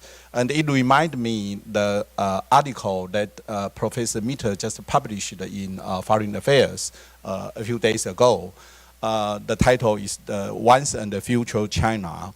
And in that very interesting article, you mentioned that maybe in 20 years to come, the model of China and the model of the United States will stand for two different kinds of models for the rest of the world. And you use the two different terms to describe the nature of the two countries. For the United States, you try to say that with the coming to power of Donald Trump, it is becoming more and more illiberal. So maybe the government and the society of the United States will become a hybrid illiberal democracy. And on the other hand, for the China's part, the term you used in your presentation is welfarist authoritarianism. That is, the government try to take care of the people in many different welfarist measures, but will keep a very strong control politically and surveillance and something like that. And you put the contrast in order to ask the question, which one will attract the following of the rest of the world? In addition to the two countries, we have so many other countries. We have Russia, we have India, we have Brazil, we have all the global south. And you seem to indicate that for the United States, because illiberal democracy, it will be losing its attraction to all the rest countries, especially among the West. So maybe the United States will not be able to maintain its soft power, to use Joseph Nye's term, in the coming decades. And for the Chinese part, although the so-called welfarist authoritarianism is very attractive and popular in some areas, especially in global south, but again, it also has its own limitations. So what I got from your article and your presentation is that neither of the two regions will remain as attractive as before, because they have their own shortcomings and weaknesses. And will it be possible that in the years to come, the global order will enter into a new era of multipolar system, not one superpower, not two superpower or hegemon, but nobody follow the others. That is, we will have the United States and China competing with each other, but maybe no one can defeat the other one decisively. And all the other countries will just take advantage of the confrontation and try to find a place of their own. I don't know what will you think about the future to come. And again, the same question will be for Professor Wu, because what you try to say is that the comparison is between a so-called, for China, the neo-Maoist leader, and for America, we have a neo-mercantilist and a populist leader. Of course, we cannot predict what kind of leader in the United States will be after Donald Trump. But the possibility is pretty high that the liberal ideology of a Democrat will not be able to come back very soon. So suppose that the so-called right-wing populism and the neo-mercantilist tendency will remain for a while, then again, which one will be more attractive to the rest of the world? Or, as I said, are we entering into a new age with no models for the rest of the world to follow? A question for two. Thank you for a really...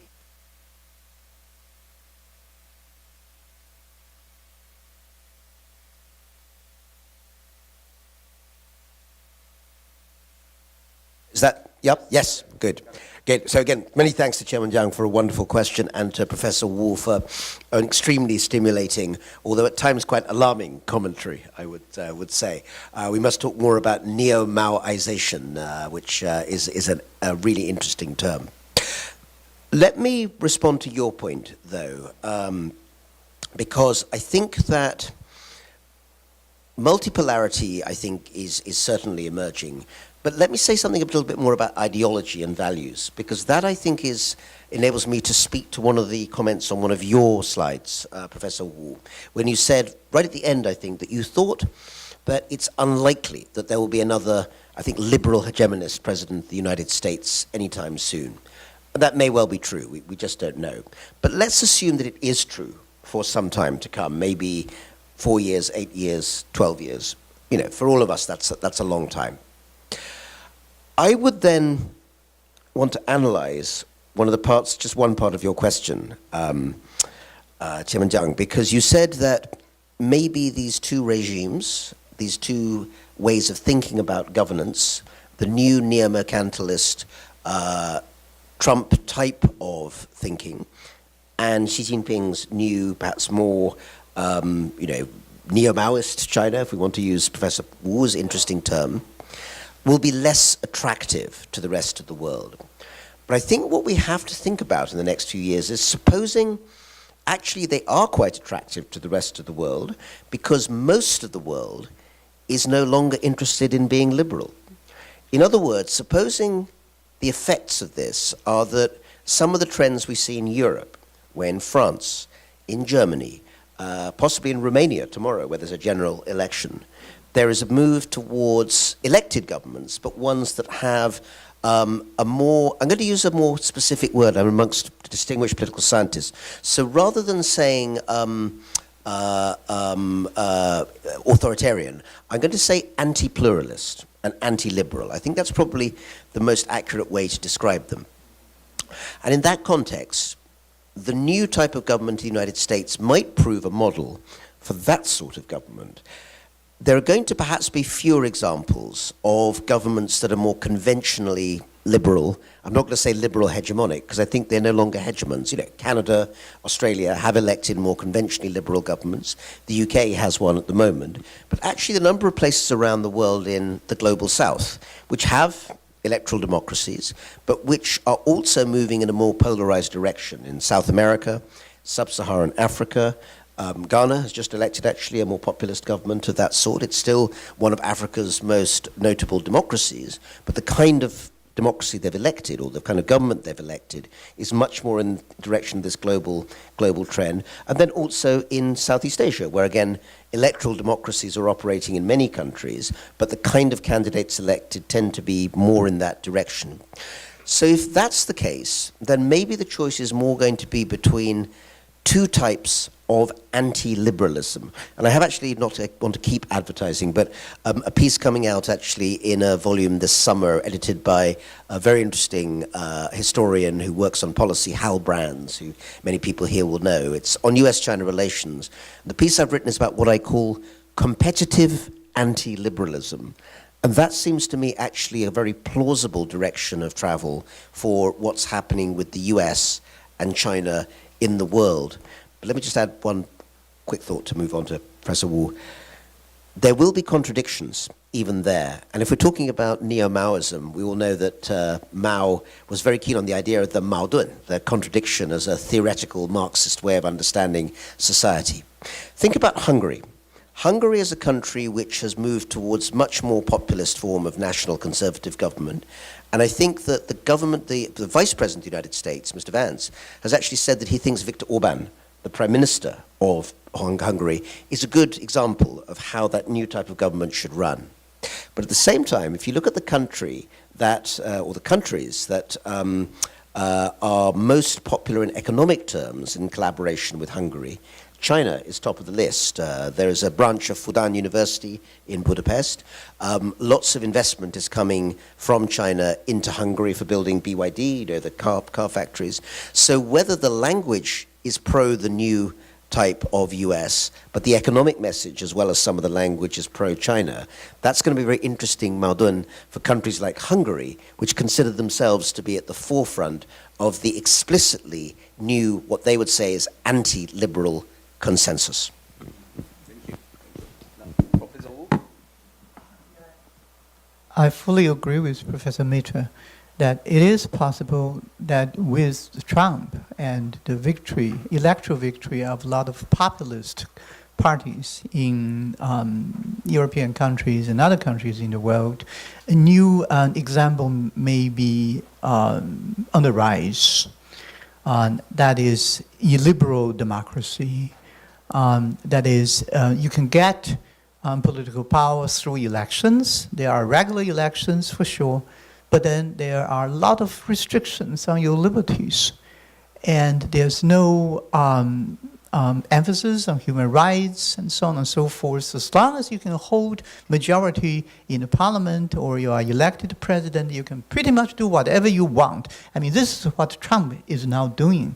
So it is indeed a worrying sign. And I agree with Professor Mitter that if this becomes a universal situation, then the ideological appeal of Trumpism may be still there because he is going to bring about a group of such kind of regimes in not only European countries, but in countries across the world. So this is number one. The second short answer is that we are talking about basically the soft power, right? Whether the country can appeal other countries through their examples.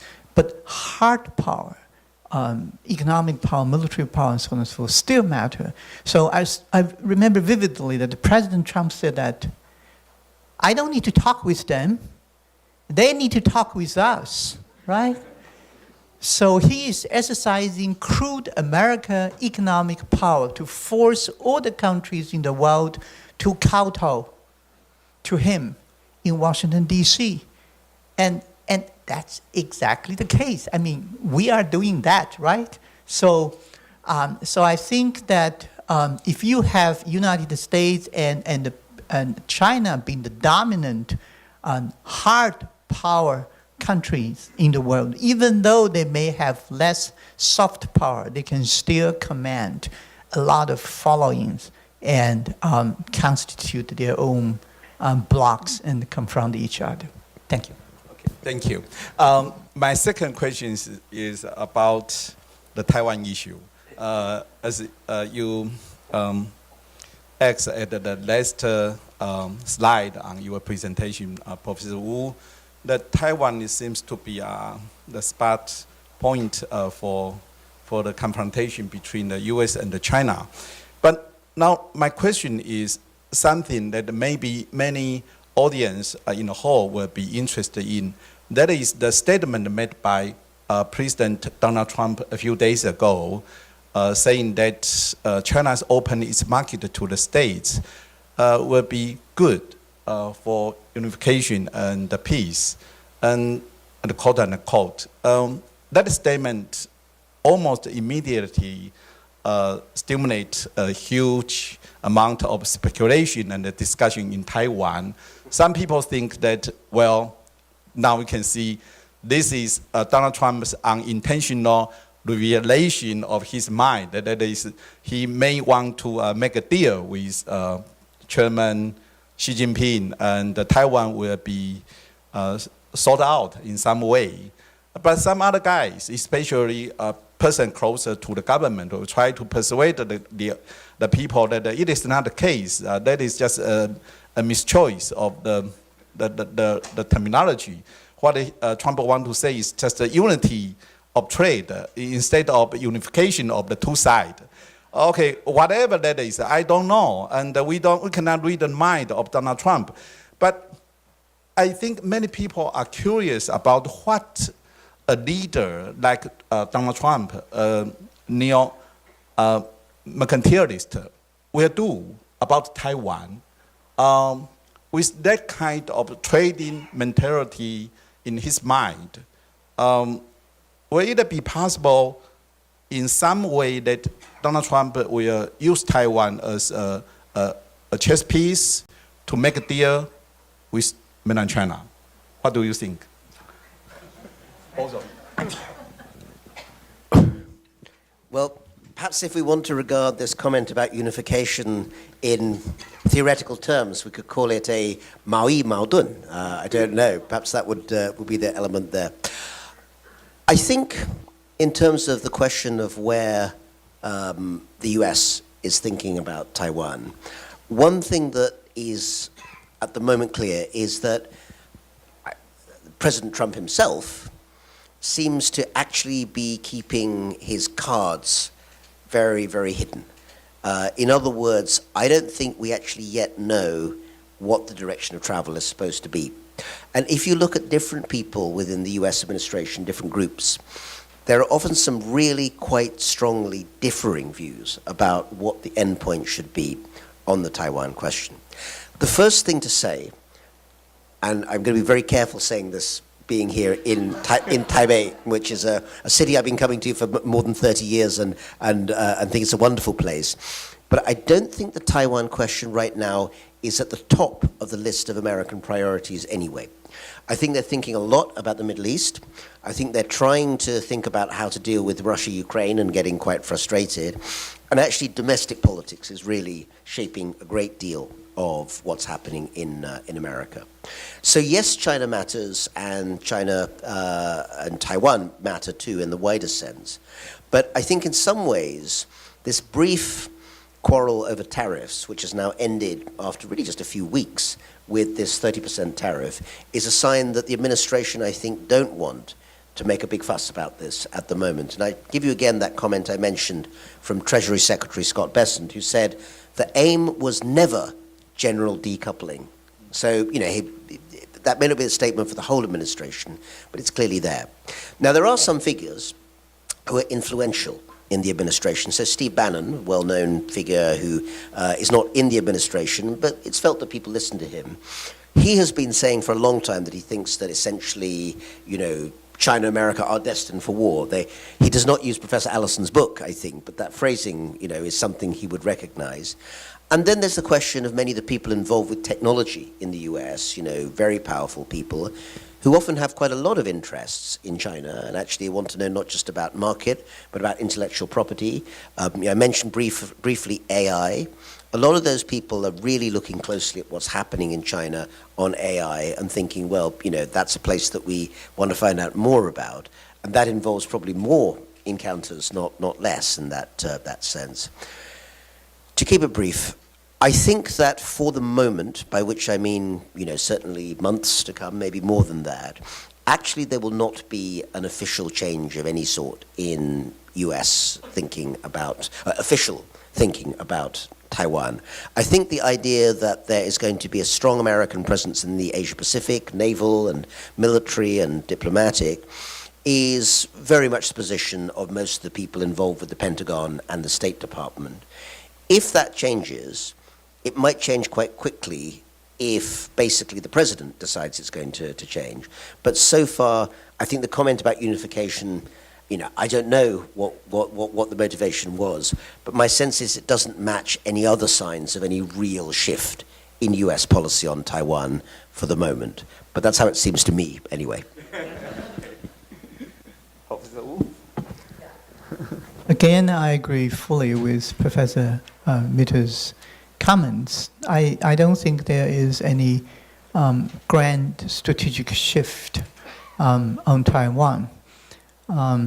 So what was on Trump's mind, I don't know. He dozed off, right, on several occasions when he visiting.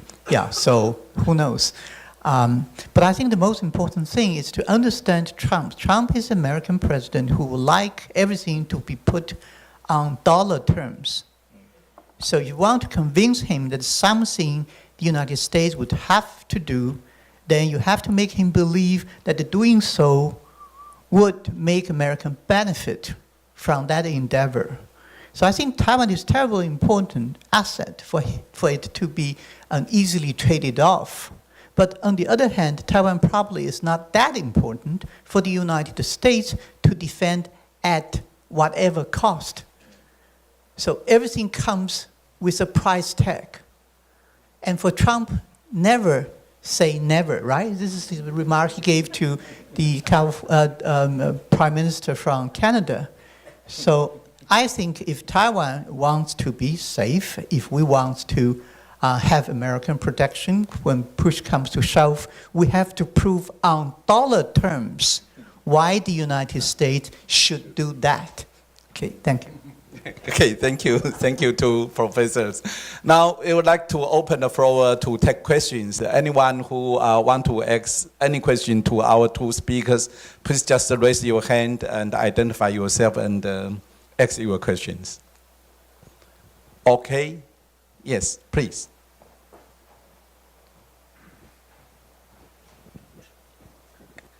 Thank you, both speakers. I'm Teresa from NCCU Diplomacy. So throughout the speeches, we have heard about like self-sufficiency and decoupling, as well as the Cold War 2.0. So throughout my studying, I have been through a lot of great debates about whether U.S. and China has been enter into a new Cold War. And yeah, this is my question, basically. So I am begging two speakers both to answer these questions for me, because in the speeches individually, I can sense that kind of different views from you. Like Mr. Mitter had talked about like decoupling is not happening because now U.S. and China has been a new tariff negotiation. So we can see from that decoupling is not really coming. And for Professor Wu, you have talked about, yeah, Cold War is happening. So I kind of see the contradicting ideas from here. So maybe two speakers may have spent time to answer this question. Thank you. Thank you. The question about Cold War, whether or not it is a fact now. Your answer is positive and the other one is negative. Well, I would say that we have entered into a new Cold War 2.0, but it is Cold War 2.0 and not Cold War 1.0, which means that this Cold War has some different features from the old one. And economic integration between the two main antagonists is a feature that the old Cold War did not have. The United States and the Soviet Union, they were not intertwined into, through market, trade, investment, and so on and so forth. So there's a huge difference between the two. And actually, I would say that in Cold War 2.0, because of this mutual economic integration, it may act as a suppressant on the possibility that the Cold War would evolve into a hot war.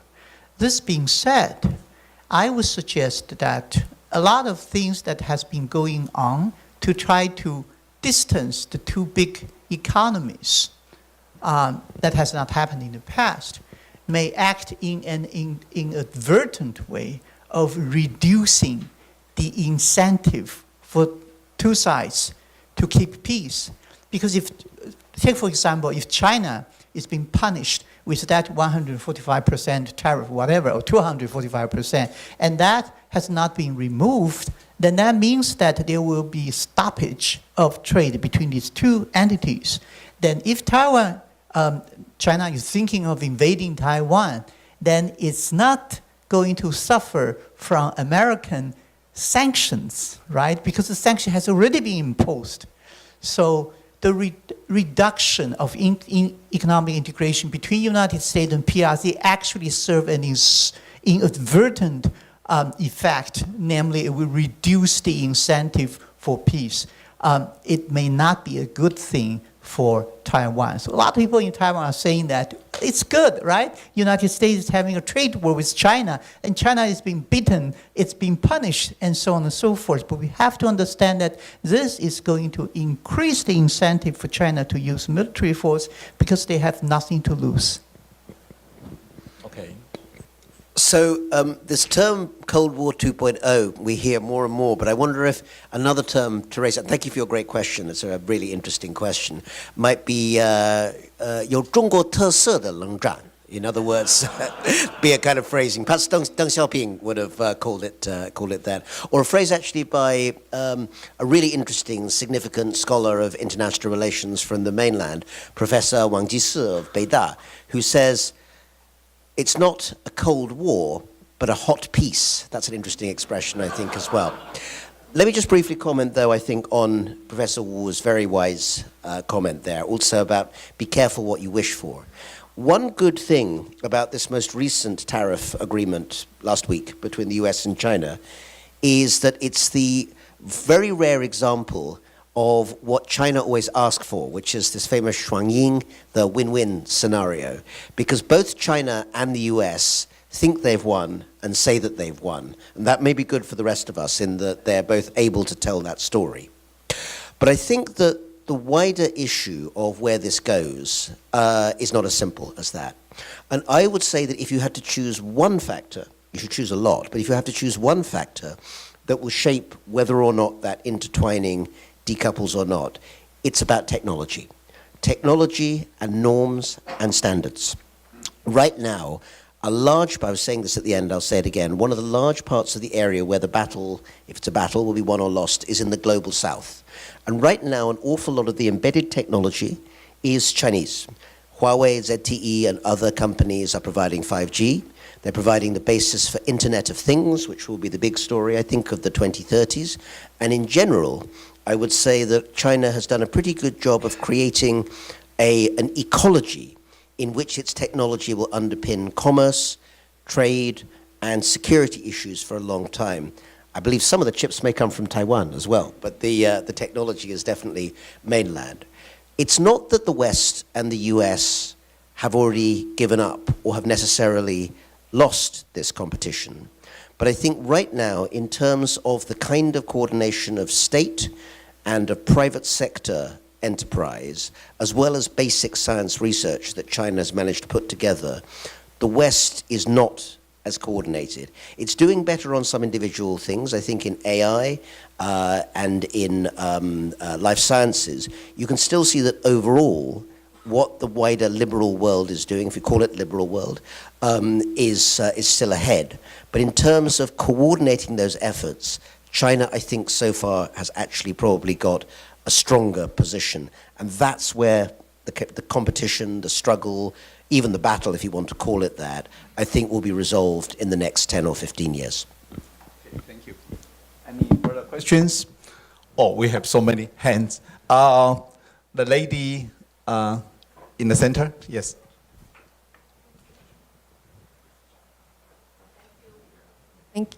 Thank you to Professor Mitter and Professor Wu. We have enjoyed your excellent insights, and thank you very much. And my question is on Taiwan. I'd love to hear more about your comments, because you have mentioned that from the recent elections from many countries, the liberal tendency has been elected out. Okay. And however, the current regime in Taiwan has been more liberal. So I wonder whether there's any chance that might change in Taiwan. I wonder how you think about that. And then also, I don't know whether Professor Mitter has also observed the development in Taiwan, the government and all that closely. And so I just wondered from what is happening in Taiwan, whether we have somehow the government has focusing on the inside domestic ideology, the combat on all the thoughts that they are pro-independence and so on, and we have lost many important opportunities that globally that's happening right now. We are not really head on and dealing with it. And do you think that we might actually have lost a lot of opportunities, actually? Just want to hear how you thought about that. Okay, thank you. A question for you. Yes, although I think that Professor Wu, as the great political scientist, should really comment on this too. But very briefly, I'd say thank you for your question. I think Taiwan's journey to democracy is one that actually is much better known in the outside world than many people realize. And I will say explicitly that I teach a section on it to my class at the Harvard Kennedy School, because understanding that very complex history that comes from the end of the Second World War, the development of the ROC on Taiwan in a situation where the economy obviously improves during the Cold War, but the politics becomes very contentious, the movement towards democratization and final democratization in the 80s and 90s, and then where we are today. This is a complex story that didn't come just from nowhere, and I feel that more people should understand it. One of the great benefits, the great benefit that emerged in Taiwan, and also I would say in South Korea and other countries that went through that process, is the emergence of a liberal multi-party democracy with a free civil society, free press, and all the other elements of a truly liberal society. That is historically a very, very hard thing to develop, and it's even harder to maintain in many ways. I'm glad to say that my own sense, and I'm an amateur on those aspects of Taiwan, but comparatively speaking, some liberal democracies have certainly in recent years turned in a direction which is, pretty illiberal in all sorts of ways. Here in Taiwan for the moment, it does seem that although there are aspects of a more confrontational politics, the basic system which has been so hard won, and the atmosphere, in the end, you could say that 民主不是一个系统，是一个精神, and I think that spirit is still very, very lively here, regardless of which political party you support, or maybe you don't support any particular party at all, but it's easy to lose as well. So I would say that not least when talking to China, making sure that spirit of pluralist democracy is something that everyone associates with Taiwan, and Taiwan thinks it's part of its own identity, is an absolutely core task. But then I'm just a foreigner, so I don't claim any expertise on this. I'd love to hear Professor Wu, who knows this really well from the inside.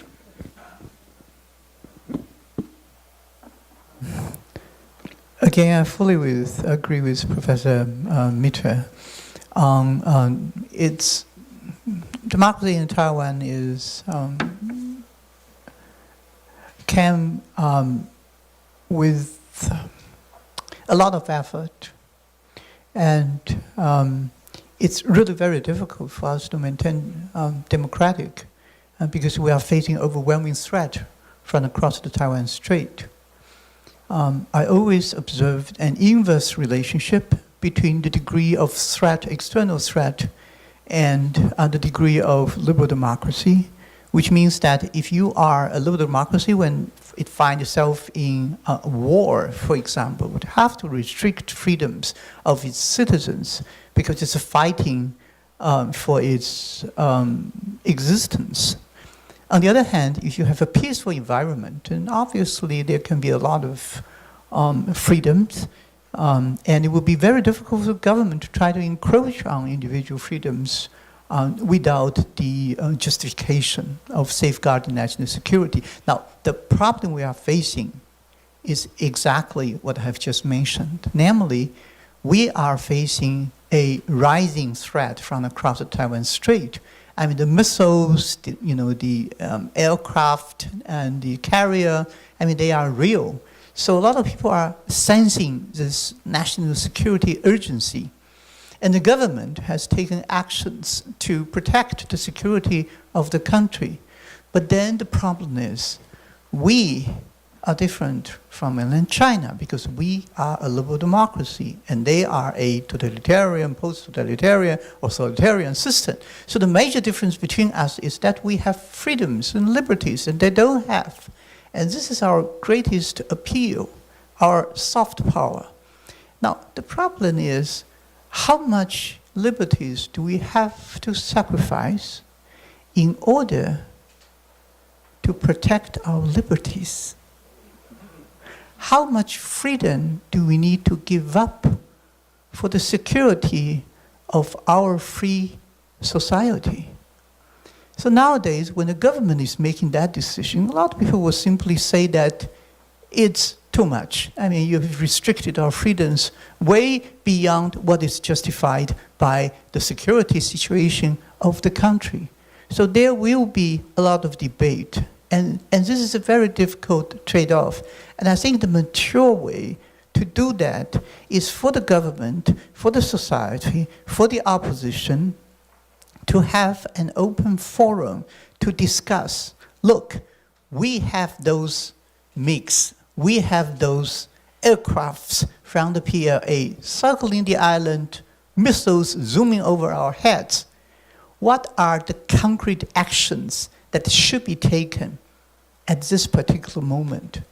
I think we are generally in lack of this very honest public forum to discuss these matters.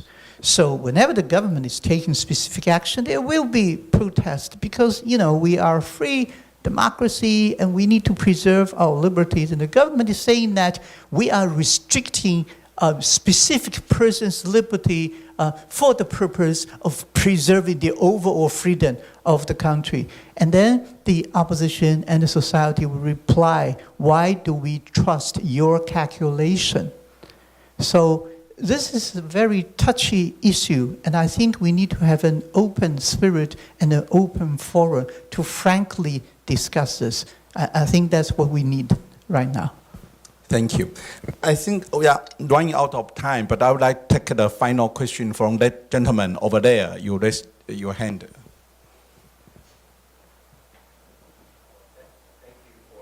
Both distinguished professors. I would like to switch to perhaps a lighter subject. I don't think we can talk about changing a world order without talking about the reserve currency.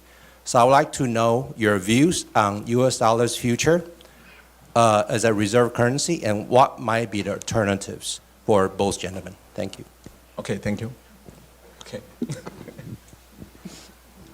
So afterwards, when it's over, you and me can have a little talk about a crypto deal I can offer you. I would say that you can't replace something with nothing. And the reality is that even if there's turbulence in the way in which the dollar is managed, and of course we're all looking to see what happens probably next year when Jerome Powell's term as chair of the Fed is up and there will be a new Fed chairman appointed. Here's a bet I'll give you now. You can call me back in a year's time if this turns out to be wrong. I think actually the body of people who sit at the top of economic decision-making in the administration realize very well how important it is to keep global faith in the dollar. And my strong suspicion, just as in the first term, President Trump appointed a guy called Jerome Powell as the chairman of the Fed, who's turned out to be pretty mainstream. I suspect that something quite similar will happen this time round. But let's just say that there is a wider sense globally that somehow or other the dollar doesn't have the standing that it did. I don't think it's going to be easy to find a replacement anytime soon. In terms of other global currencies, I mean, the euro, still people hold far smaller reserves of it, and B, there are still complexities within the European Central Bank that mean that there are vestiges of doubt about quite where it's going to go and how it holds together. The renminbi, as long as China keeps its capital account closed, is not going to be an internationally tradable currency, and people are not going to put very large amounts of holdings into it, although there's more renminbi in general in people's holdings. I think people are looking in some rather old-fashioned directions. People talk about gold, and people also talk about the way in which certain types of digital currency and other vehicles might be used. But to finish the thought, if you're going to ask me, will the dollar still be the dominant global reserve currency in 5 years' time? I think the answer is almost certainly yes. Will it be the dominant global currency in 10 years' time? I think that's still pretty likely. The proportion of dollar holdings may be relatively lower, but I don't think there's going to be anything I can see now that's going to be a single obvious replacement for it. Okay. Thank you. Is that? Again, I fully agree with Professor Mitter. I think the US dollar is going to be still the main reserve currency. The only thing that may change, I think, is the exchange rate. Because as long as the dollar remains the international reserve currency, then there will be a lot of interest in holding the US dollar. And so when the US is running trade deficit, then the US dollar will not decline in its exchange rate because there are other reasons, reserve reasons, and so on and so forth to keep US dollars. And because of that reason, I think a lot of people actually are thinking this way. The US dollar is kept artificially strong. So given the fact that the dollar remains to be a very strong reserve currency, then you cannot trust the free market to reflect the huge US trade deficit that it is currently suffering from. And so it needs to have the government to move in, to change, to engineer a depreciated dollar to make America products more competitive internationally. This is what they did in 1985 in Taka, right? And this is what they did with New Taiwan dollar in 1987. And I think they are aiming at exactly that. So if there are wild fluctuations of the exchange rate of the currencies of America's major trading partners vis-a-vis the US dollar, I won't be surprised. And actually we have just experienced some kind of shock, right? And that kind of things may very well happen in the future. Okay, thank you very much for your responses. I would like to thank two speakers for their wonderful presentation, and I would like to thank you for all your participation to the event. I think the Fairwind Foundation will continue to organize some very important and interesting lectures or forums, and you are all very much welcome to join us. Thank you again.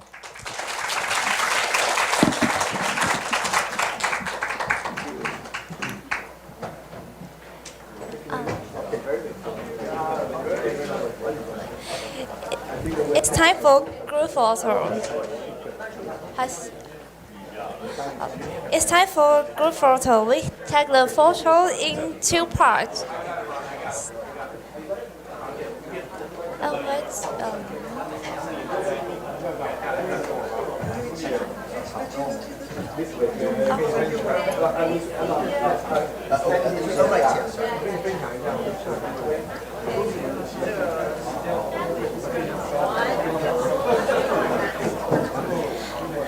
接着，请长风基金会的董事以及长风领袖营的学员们，我们来到台前，一起跟讲者合影，谢谢。